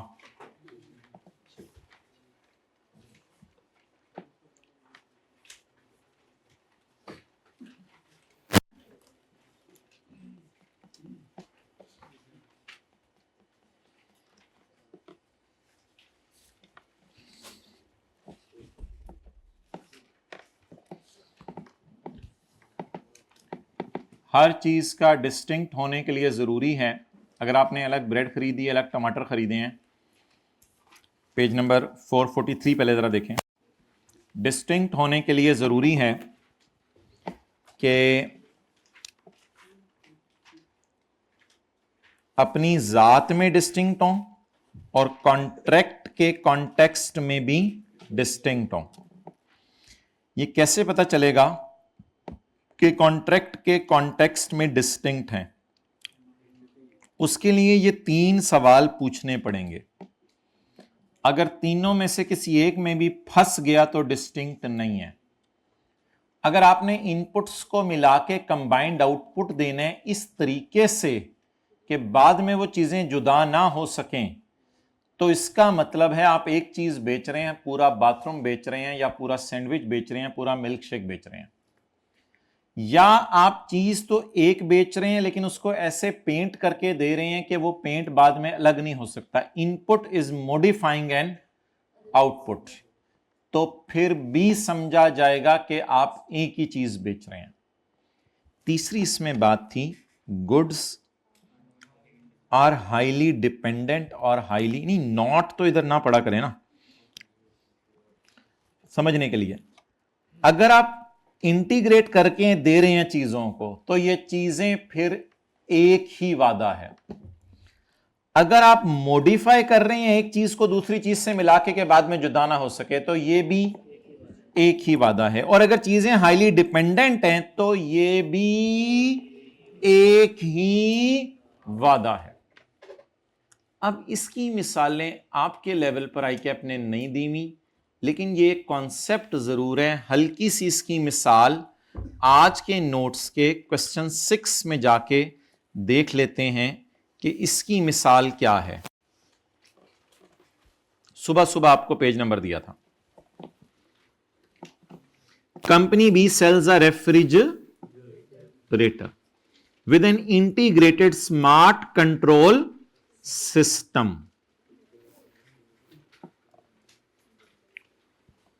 smart control system का क्या काम है? यानी कि मैं तो रेफ्रिजरेटर लेके आ गया, मैं तो चीजें ठंडी करनी है। With a smart control that tracks energy usage, कितनी बिजली इस्तेमाल कर रहे हैं, and can be controlled via a mobile app. The smart system is embedded into the refrigerator. The refrigerator's core function depends on smart system for temperature regulation and diagnostics. अब आपको ये चीजें दोनों आपस में हाईली डिपेंडेंट लग रही हैं या इंडिपेंडेंट लग रही हैं? हाईली डिपेंडेंट है। कुछ चीजें होती हैं इंडिपेंडेंट, जिनका आपस में कोई खास ताल्लुक नहीं होता, और कुछ चीजें होती हैं हाईली डिपेंडेंट। तो ये दोनों चीजें अपनी फंक्शनैलिटी में, बोलें फंक्शनैलिटी में हाईली डिपेंडेंट हैं, इंटर रिलेटेड हैं। लेकिन लैपटॉप और उसका बैग, ये कोई नहीं है कि लैपटॉप होगा तो बैग चलेगा, बैग होगा तो लैपटॉप चलेगा। तो डीज आर नॉट हाईली, देखने में तो एक चीज लग रही है but these are not dependent. ओ यार बैग किधर रह गया, अब लैपटॉप कैसे चलाऊं? नहीं, these are not highly dependent, not highly dependent. तो that is a one thing. But yes you can say कि एक रेफ्रिजरेटर है और उसके अंदर बोलें क्या है, एक स्मार्ट कंट्रोल सिस्टम। और एक लाइन सवाल ने डाली हुई है, refrigerator core function depends on the smart system. Refrigerator का फंक्शन ही उस स्मार्ट सिस्टम पे डिपेंड करता है सारा। तो अब ये दोनों चीजें क्या हो गई, अपनी जात में तो शायद जुदा जुदा हैं, लेकिन कॉन्ट्रैक्ट के कॉन्टेक्स्ट में ये इनपुट्स मिलके शायद कोई कंबाइंड आउटपुट नहीं बना रहा, और ना ये किसी आउटपुट को मॉडिफाई कर रहा है। तो लोगों की ये राय है कि refrigerator and smart system are highly, इसकी कहा कि अपने अपनी किताब में मिसालें दी हुई, the smart features are integral to appliance's intended use. अच्छा, अब कल मैं एक जगह और एग्जांपल पढ़ा था, वो भी एग्जांपल अजीब सी थी कि एक मंगनी के लिए अंगूठी है और एक शादी के लिए अंगूठी है, लेकिन वो आपने दुकानदार से कह के ऐसे डिजाइन करवाई है कि दोनों इकट्ठी जो है वो दो उंगलियों के ऊपर जो है वो पहनी जाएं। तो उसका, बल्कि एक और मिसाल पढ़ा था, एक जो है वो टेबल है और उस टेबल के साथ उसी टेबल के दाएं बाएं एडजस्ट होने वाली चेयर्स हैं, और वो चेयर्स अंदर डाली जा सकती हैं और टेबल से निकाली जा सकती हैं, क्योंकि टेबल के अंदर इस तरह नीचे जगह बनाई गई है कि जब आप खाना खा के उठें तो वो कुर्सियां अंदर चली जाती हैं और बाद में आप उसको आराम से अलग कर सकते हैं। लेकिन फायदा उसका यह होता है कि स्पेस कम यूज होती है घर के अंदर। सिर्फ खाना खाने के वक्त आप उन कुर्सियों को निकाल लेते हैं, बाद में अंदर डाल देते हैं, लेकिन उन कुर्सियों को और किसी टेबल के साथ रखेंगे तो वो टेबल की टांगें उनको अंदर नहीं जाने देंगी। लेकिन इस टेबल को इस तरीके से बनाया गया है कि वो समझ गए बात, वेरी क्लियर है। टेबल के अंदर इस तरह गुंजाइश रखी गई है उसकी टांगे बना के कि उसके अंदर वो कुर्सियां क्या हो जाती हैं, फिट हो जाती हैं, और बाद में उनको क्या कर लिया जाता है, खाना खाने वक्त निकाल लिया जाता है। तो ये भी एक मिसाल, कल मैं एक किताब में पढ़ा था, ये भी एक मिसाल है हाईली, क्योंकि ये दोनों इनपुट मिलके कंबाइंड आउटपुट नहीं बना रहे, क्योंकि कुर्सी और मेज को अलग किया जा सकता है। These are not an input to produce a combined output. And further ये कोई ऐसी चीज नहीं है जो पहले से एक आउटपुट को मॉडिफाई कर रही है, बट दीज आर हाईली। तो इंटरडिपेंडेंट चीजें अगर हों हाईली तो भी समझा जाता है ये फिर आप टेबल कुर्सी अलग अलग नहीं बेची दुकानदार ने। और if they are not highly dependent, just like laptop and bag, हाँ कल कला को हम कोई लैपटॉप ही उससे ऐसा बनवा लें और साथ बैग ही ऐसा बनवा लें जो हमारे वाला है, और उसके अलावा वो तो फिर अलग बात है, उसमें भी वो वाली मिसाल दी जा सकती है। तो ये एक छोटा सा कॉन्सेप्ट है जिसका नाम बोलें क्या है, हाईली डिपेंडेंट और हाईली इंटर रिलेटेड। हर वादा अलग अलग है, अगर उसमें ये शराइत पाए जाएं। टमाटर ब्रेड आपने दुकान से अलग अलग ली तो ये अपनी जात के एतबार से अलग अलग हैं, क्योंकि हमारा सेलर या दूसरे सेलर इसको अलग बेच रहे हैं। टमाटर और ब्रेड को मिलाकर हमने इंटीग्रेट नहीं किया, टमाटर और ब्रेड में किसी एक चीज ने दूसरे को कस्टमाइज नहीं किया। और आज मैं बड़े कॉन्फिडेंस से आखिरी बात भी करने लगा हूं, टमाटर और ब्रेड हाईली डिपेंडेंट और इंटर रिलेटेड नहीं है। इनका क्या, जिस तरह वो हमारा रेफ्रिजरेटर था और उसके अंदर स्मार्ट सिस्टम था, इस तरह क्या इनकी इंडिपेंडेंस है, इनकी आपस में कोई डिपेंडेंसी नहीं है। तो ये असल में ना इनका फंक्शन डिपेंड करता है। अगर एक दूसरे पे डिपेंडेंट होना बड़े बुरे तरीके से, तो फिर इट मींस के these things are highly dependent या हाईली इंटर रिलेटेड। तो ये एक कॉन्सेप्ट छोटा सा है which is never tested by CAP, तीसरा वाला। लेकिन तीनों बातें हमें पता जरूर होनी चाहिए कि थ्योरी की हद तक सवाल आए तो तीसरी बात हमने कभी क्लास में पढ़ी ना हो, तो ये फिर अजीब सी बात है। इसी तरह आप दुकान से ईंट भी खरीद के आ गए, बजरी भी खरीद के आ गए, सीमेंट भी खरीद के आ गए, तो अब आपने इंटीग्रेशन नहीं करवाई दुकानदार से,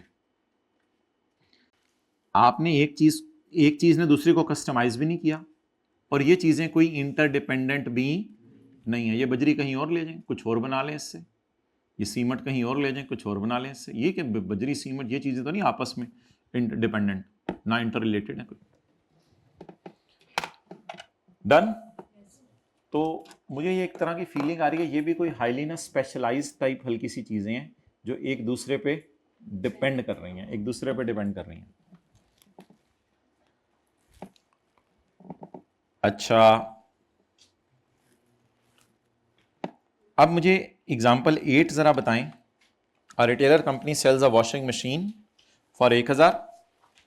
retailer company provides the following free gifts. Following free gifts भी दे रही है। बताएं जी कितने वादे हैं सवाल में।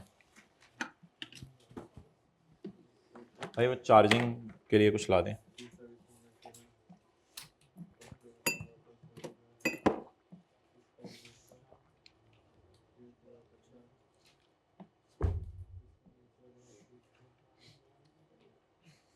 हाँ जी, कितने वादे हैं?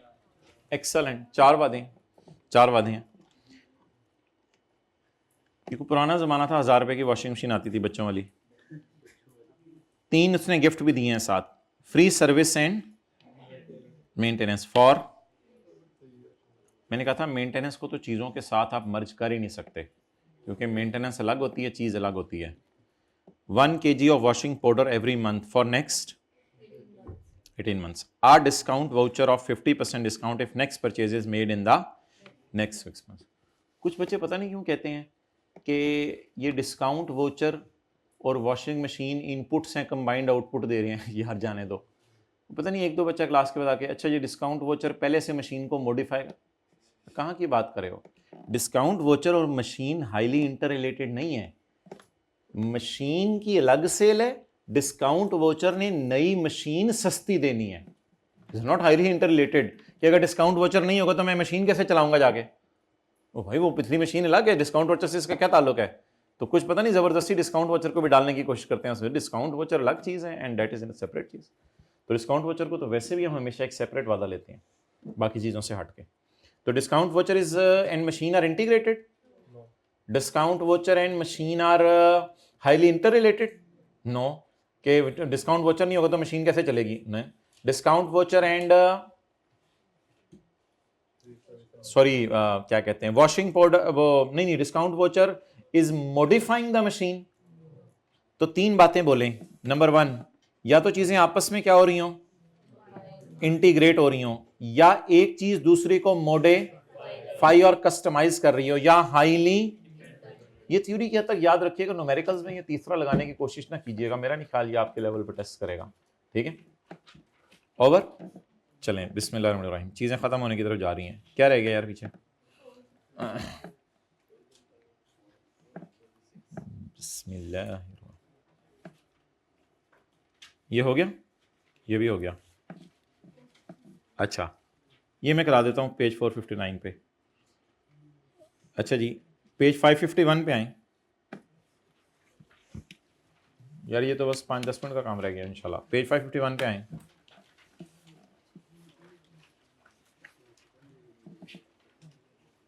किधर है? एक सफ़ा बनाया हुआ था किताब में, आप लोगों को भी दिखाया ही नहीं। कितने लोगों ने देख लिया हुआ है वो सफ़ा?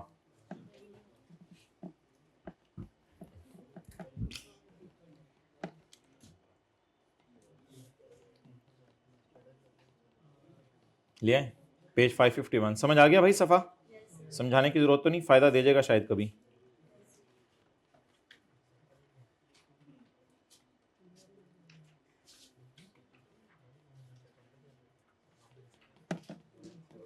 सारा पढ़ लेना भाई सफ़ा।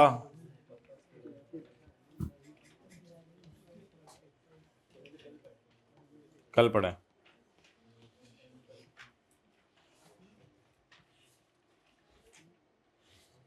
डिस्काउंटिंग के कुछ पास पेपर के सवाल रेफर किए हैं। Credit sale advance from customer, identifying separate performance obligation, pass paper question 2 और 13 वो जो प्रिंटर वाला किया था। कॉन्ट्रैक्ट मॉडिफिकेशन में एक ही सवाल था, पास पेपर का क्वेश्चन नंबर 13 का 1। रिट्रोस्पेक्टिव रिडक्शन इन प्राइस, कितने बिरयानी के डब्बे इतने के हैं और अगर इतने खरीद लोगे तो इतने के मिल जाएंगे।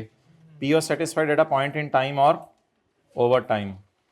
Cost to obtain contract, past paper question 8 था और 12 था। 12 में याद होगा शायद, देखेंगे नजर आ जाएगा। Market assessment approach, cost plus margin approach और रेजिडुअल अप्रोच, 3 सवालों में टेस्ट हुई है। प्रेजेंटेशन, प्रेजेंटेशन बड़ी इंपॉर्टेंट है। वो जो receivable, contract asset, contract liability, ये होती है प्रेजेंटेशन। पास पेपर क्वेश्चन 7 इसका बेहतरीन सवाल है प्रेजेंटेशन का। Sale with the right of return, discount voucher test हुआ है लेकिन कस्टमर लॉयल्टी प्रोग्राम अभी तक टेस्ट नहीं हुआ, तो शायद कस्टमर लॉयल्टी प्रोग्राम का कोई 1-2 और सवाल आपको मैं भेज दूं 1-2 दिनों के अंदर, वैसे ही प्रैक्टिस करने के लिए। तो ये पेज पता नहीं अब सही है या गलत है, मुझे लगता है ये पेज सही नहीं होंगे। ये जो पेज है ना 425 से 428 और एग्जाम्पल 1 से 4 हमने क्लास में की थी, पुरानी किताब के सफ़े होंगे, ये मेरा नहीं ख्याल अपडेट हुए हैं। डिस्काउंट वोचर एग्जाम्पल 4 पेज 481 505, ये नहीं सही होगा। सही है? नहीं है ना सही? पुराने बहरहाल अल्लाह शुक्र एग्जाम्पल्स के नंबर वही हैं, आगे पीछे ढूंढ के आप सर्च कर लेंगे। ये सारे सवाल किए हैं मैं क्लास में, टाइम मिला तो मैं भी आपको तस्वीर खींच के भेज दूंगा, इसकी नोट्स के एंड पे लगा दूंगा ये पेज अपडेट करके, इसके पेज नंबर।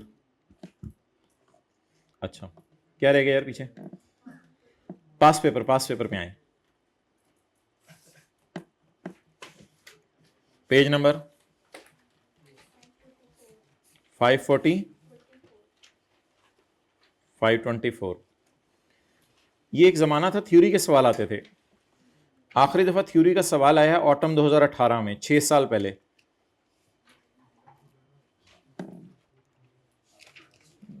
नहीं वैसे तो थ्योरी पता होनी चाहिए, कुछ ना कुछ लिखना पड़ सकता है। एक सवाल था question 2, define the term performance obligation and state the criteria which should be met if goods और services are considered to be distinct. एक तो आपने डिफाइन करके आने पीओ को और बताने चीजें कब डिस्टिंक्ट बनती हैं।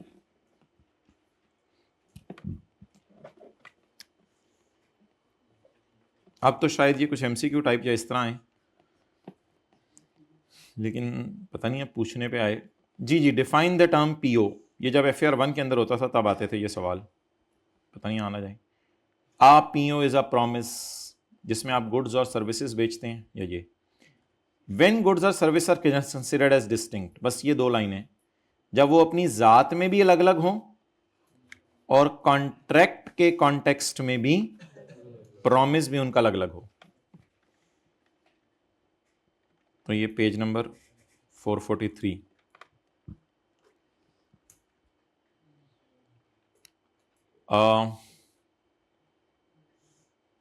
डिफाइन पीओ, अगेन वही सवाल, define PO, list any 6 examples of promised goods and services.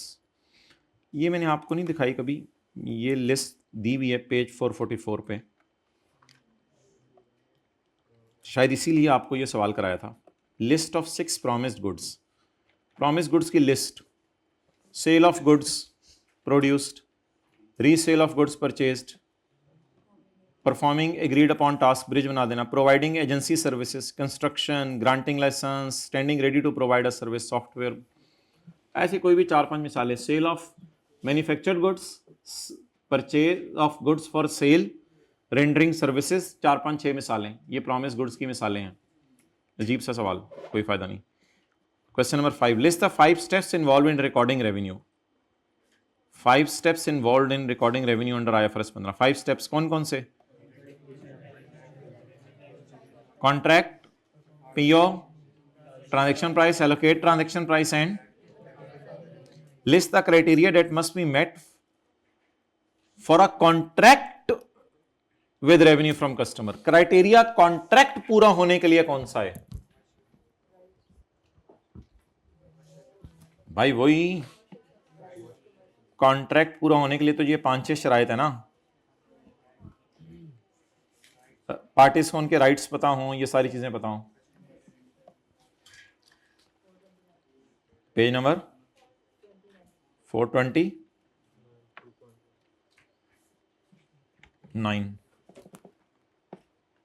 जी, क्या रह गया बताएं।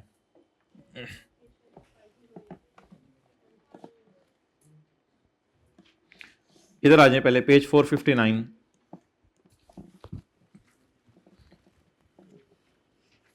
फिर एक छोटा सा सवाल रह गया शर्ट एंड टाई वाला, फिर इंशाल्लाह जी। पेज 459।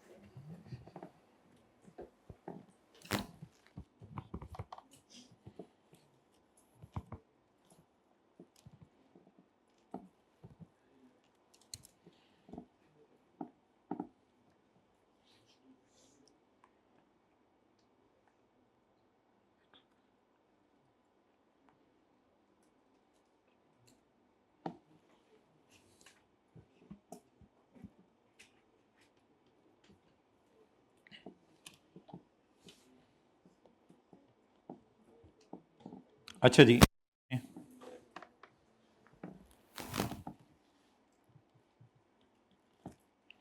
चीजें डिलीवर की इधर,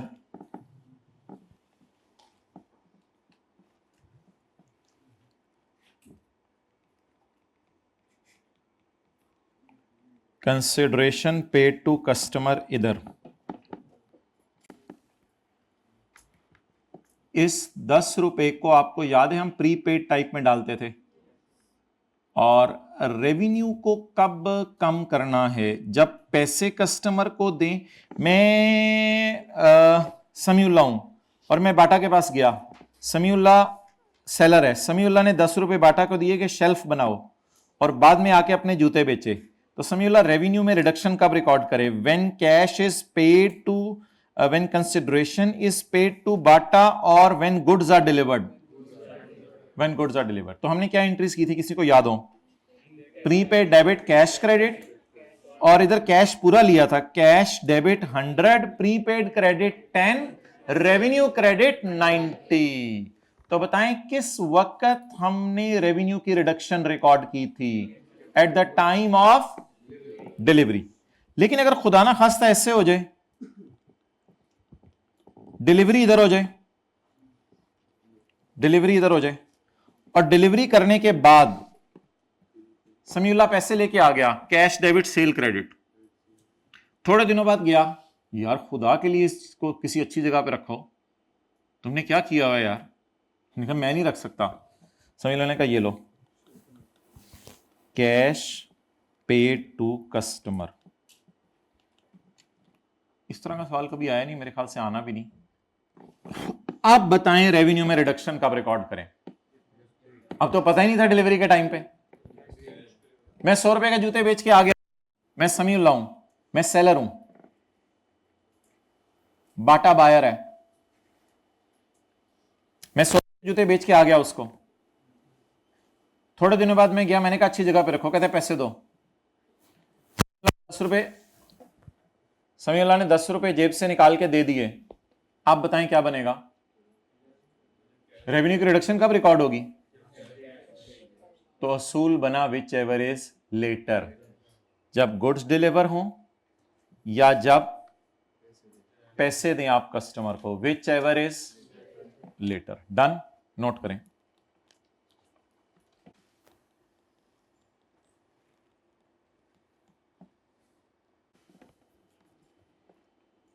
कोई एंट्रीज अपील कर रही हैं? पहले वाला सिनेरियो आज कराया या दूसरे वाला सिनेरियो आज कराया? दूसरे वाला। अब यार 1 मिनट मुझे दे दें, पहले तसल्ली से सुन लें, फिर उसके बाद नोट कीजिएगा। इधर देखें यार, समीउल्लाह एक सेलर है, उसने बोरी डाली हुई है अपने कंधे पे, उसने बाटा वालों को कहा कि मेरे जूते रख लो। बाटा कौन है? बायर।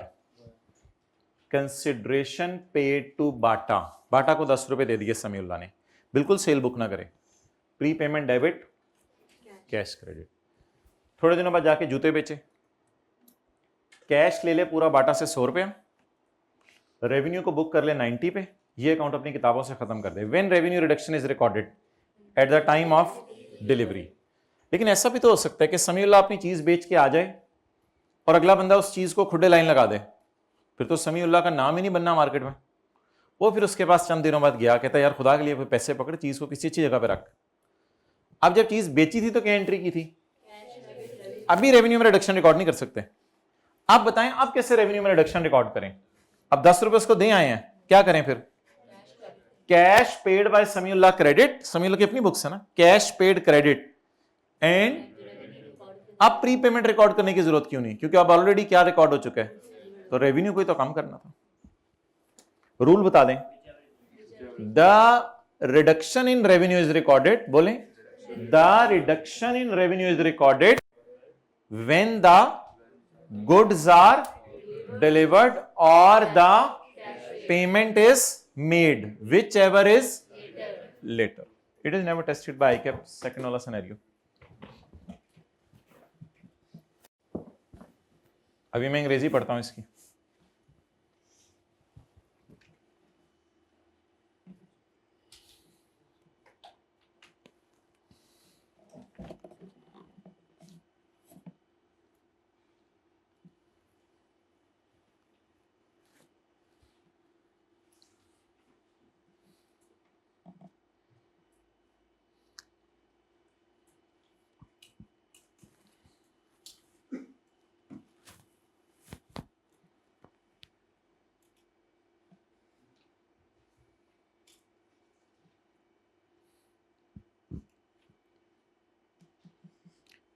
वैसे दूसरी एंट्री ज्यादा आसान नहीं, क्योंकि बस रेवेन्यू उल्टाना है। बस अब पैसे आपकी जेब से चले गए, रेवेन्यू उल्टा दें या खर्चा बुक करें।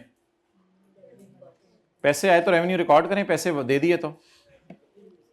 An entity shall record the reduction in revenue when the later of the either of the following events occurs. Number 1, the entity record revenue for the transfer of goods. जब आप revenue record करें चीजें बेच के, या the entity, नहीं ये भी पेज पढ़े ना, ज्यादा साइंसदान नहीं बनना। The entity pays the consideration.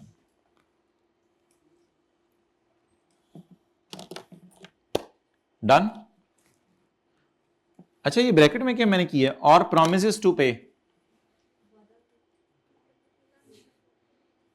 यार बात को ज्यादा कॉम्प्लिकेटेड करने की जरूरत नहीं है, सादा सा मैं आपसे पूछता हूं। समीउल्लाह ने इस दिन आके कहा यार मैं ना तुम्हें 10 रुपए दे दूंगा, ये लो एग्रीमेंट कर लेते हैं, मैं तुम्हें 10 रुपए दे दूंगा, जल्दी जल्दी शेल्फ बनाना शुरू करो। सोच के बताएं क्या एंट्री होगी, सोच के बताएं क्या एंट्री होगी? पेज और प्रोमिसेस टू पे। रेवेन्यू डेबिट कर दो कर दो कर दो, पेबल क्रेडिट। पे नहीं करके गया, प्रोमिसेस टू पे। अगर पे कर दे तो भी रेवेन्यू डेबिट कर दे, और अगर प्रॉमिस टू पे कर दे तो भी रेवेन्यू डेबिट कर दे। लेकिन फिर क्रेडिट किससे मारेंगे? तो कैश स्लैश पेबल भी हो सकता है अगर प्रॉमिस करे, और अगर प्रॉमिस ना करे दे ही जाए तो फिर रेवेन्यू डेबिट कैश क्रेडिट। ये सिनेरियो कब होगा? जब डिलीवरी पहले हो रही होगी और कैश बाद में होगा। डन? ओके।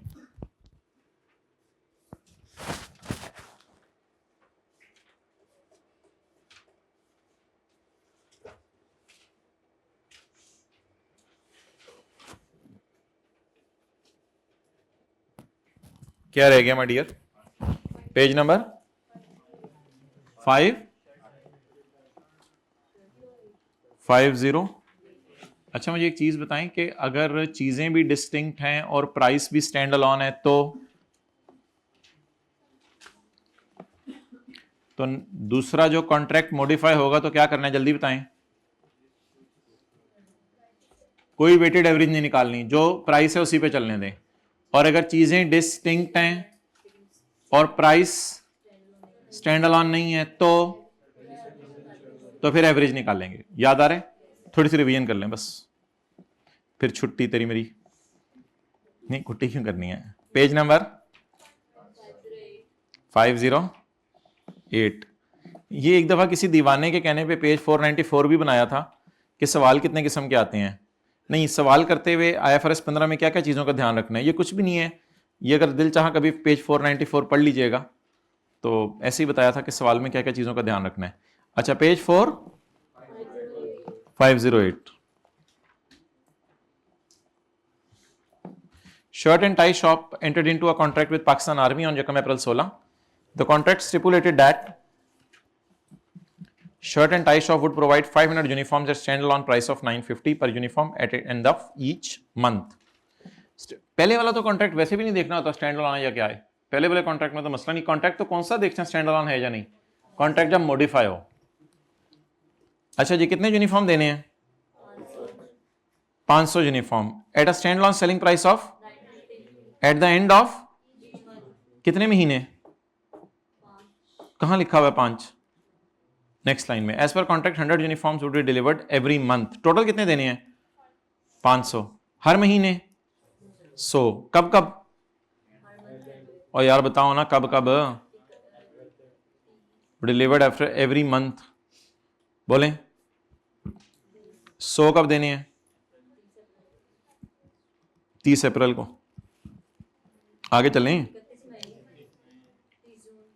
31 मई को कितने देने हैं? 100। 30 जून को, 31 जुलाई को, 31 अगस्त को 100। On Yakam June, the two parties agreed to increase the scope of contract for another 50 uniforms to be delivered with each remaining deliveries. अब यहां एक्स्ट्रा कितने देने हैं? यहां एक्स्ट्रा कितने देने हैं? यहां एक्स्ट्रा कितने देने हैं? 50। अच्छा, ओरिजिनल की प्राइस कितनी थी? 950। Explain how shirt and tie shop should account for contract and resulting revenue if the price for additional uniforms is set at 900 per unit, but 50 is a normal discount. What does it mean? बताएं ना जल्दी। Normal discount है तो फिर stand alone selling price है। ये कोई उसको फेवर करने के लिए डिस्काउंट दिया या नॉर्मल डिस्काउंट दिया है? अच्छा, ये 50 शर्ट्स, 2 सवाल आप पूछा करने हैं। चीजें डिस्टिंक्ट हो और हेडिंग्स याद है हमने क्या दी थी ऊपर? चीजें डिस्टिंक्ट हो और प्राइस स्टैंड अलोन हो। आज मेरा आपसे यह सवाल है कि क्या ये 150 शर्ट्स डिस्टिंक्ट हैं? अलग अलग हैं? क्या 2 शर्ट्स मिलके एक तीसरी शर्ट बना रही हैं? क्या एक शर्ट दूसरी शर्ट को मॉडिफाई कर रही है? क्या हाईली इंटररिलेटेड है कि एक शर्ट पहने बगैर दूसरी शर्ट पहनी नहीं जा सकती? तो फिर इसका मतलब है ये चीजें क्या हैं आपस में? डिस्टिंक्ट है। तो ये किसने कह दिया था डिस्टिंक्ट नहीं है? फिर तो अगर डिस्टिंक्ट ना होती फिर तो पीछे से पकड़ के रेवेन्यू को मारना पड़ना था। तो अभी अल्लाह का शुक्र है चीजें क्या हैं? अब क्या करें? अब क्या करें जल्दी बताएं। 30 अप्रैल को कितना रेवेन्यू रिकॉर्ड करेंगे? 100 अरब 950। फिर उसके बाद 31 मई को 100 अरब 950। 30 जून को बिल्कुल कोई मसला नहीं, 100 अरब जमा 50 अरब 900। इनको अलग अलग रखें। अब याद है? याद है? मैंने कोई कैलकुलेशन क्यों नहीं की वेटेड एवरेज वाली और ये वो? क्योंकि चीजें क्या हैं? और अच्छा आगे चलें। 31 जुलाई 100 अरब 50 अरब और 31 अगस्त 100 अरब और 50 अरब 900। डन। लेकिन अगर दूसरा फटा हो, the price for additional uniform is set at 400 per uniform. पहले नीचे सोल्यूशन देख लें। अप्रैल और मई में 200 ज़रब 950, मैंने ऐसे ही अप्रैल में इकट्ठा कर दिया मादरत। फिर 100 ज़रब 950, 50 ज़रब 900। लेकिन आप क्या करेंगे, किसी को याद हो? अप्रैल में क्या करेंगे? 100 ज़रब, मई में, जून में,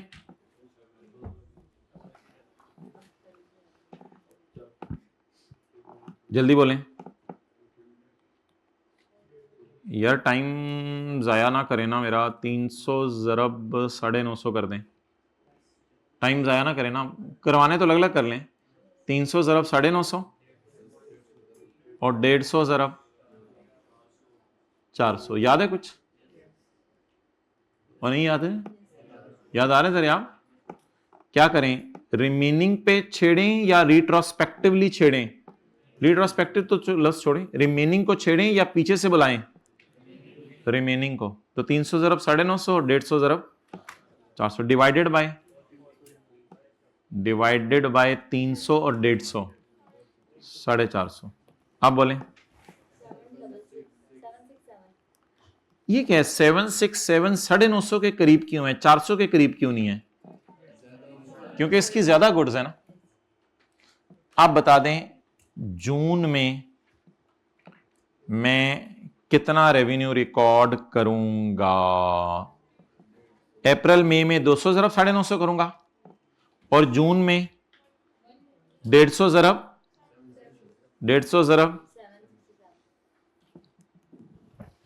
डन? नहीं भाई, ये देखें, explain and show how should account for the contract. Explain थोड़ा सा कर दें। The contract modification for additional 50 is in effect of new and separate contract because each uniform is distinct and price is, ये लफ्ज साइकेप ढूंढेगा, a new and a separate. और इधर क्या लफ्ज यूज किया था, किसी को याद हो? It is treated as a termination of and creation of a. ये लफ्ज कितने लोगों को पढ़ के याद आ गया है?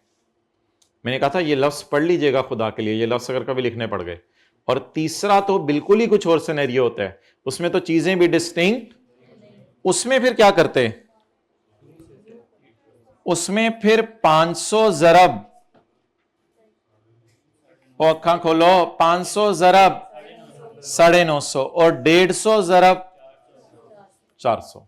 और उसमें एक और एडजस्टमेंट भी करते हैं, इन 200 का रेवेन्यू ऑलरेडी बुक हो गया होता है, उसको कम भी करते हैं। याद आ रहा है?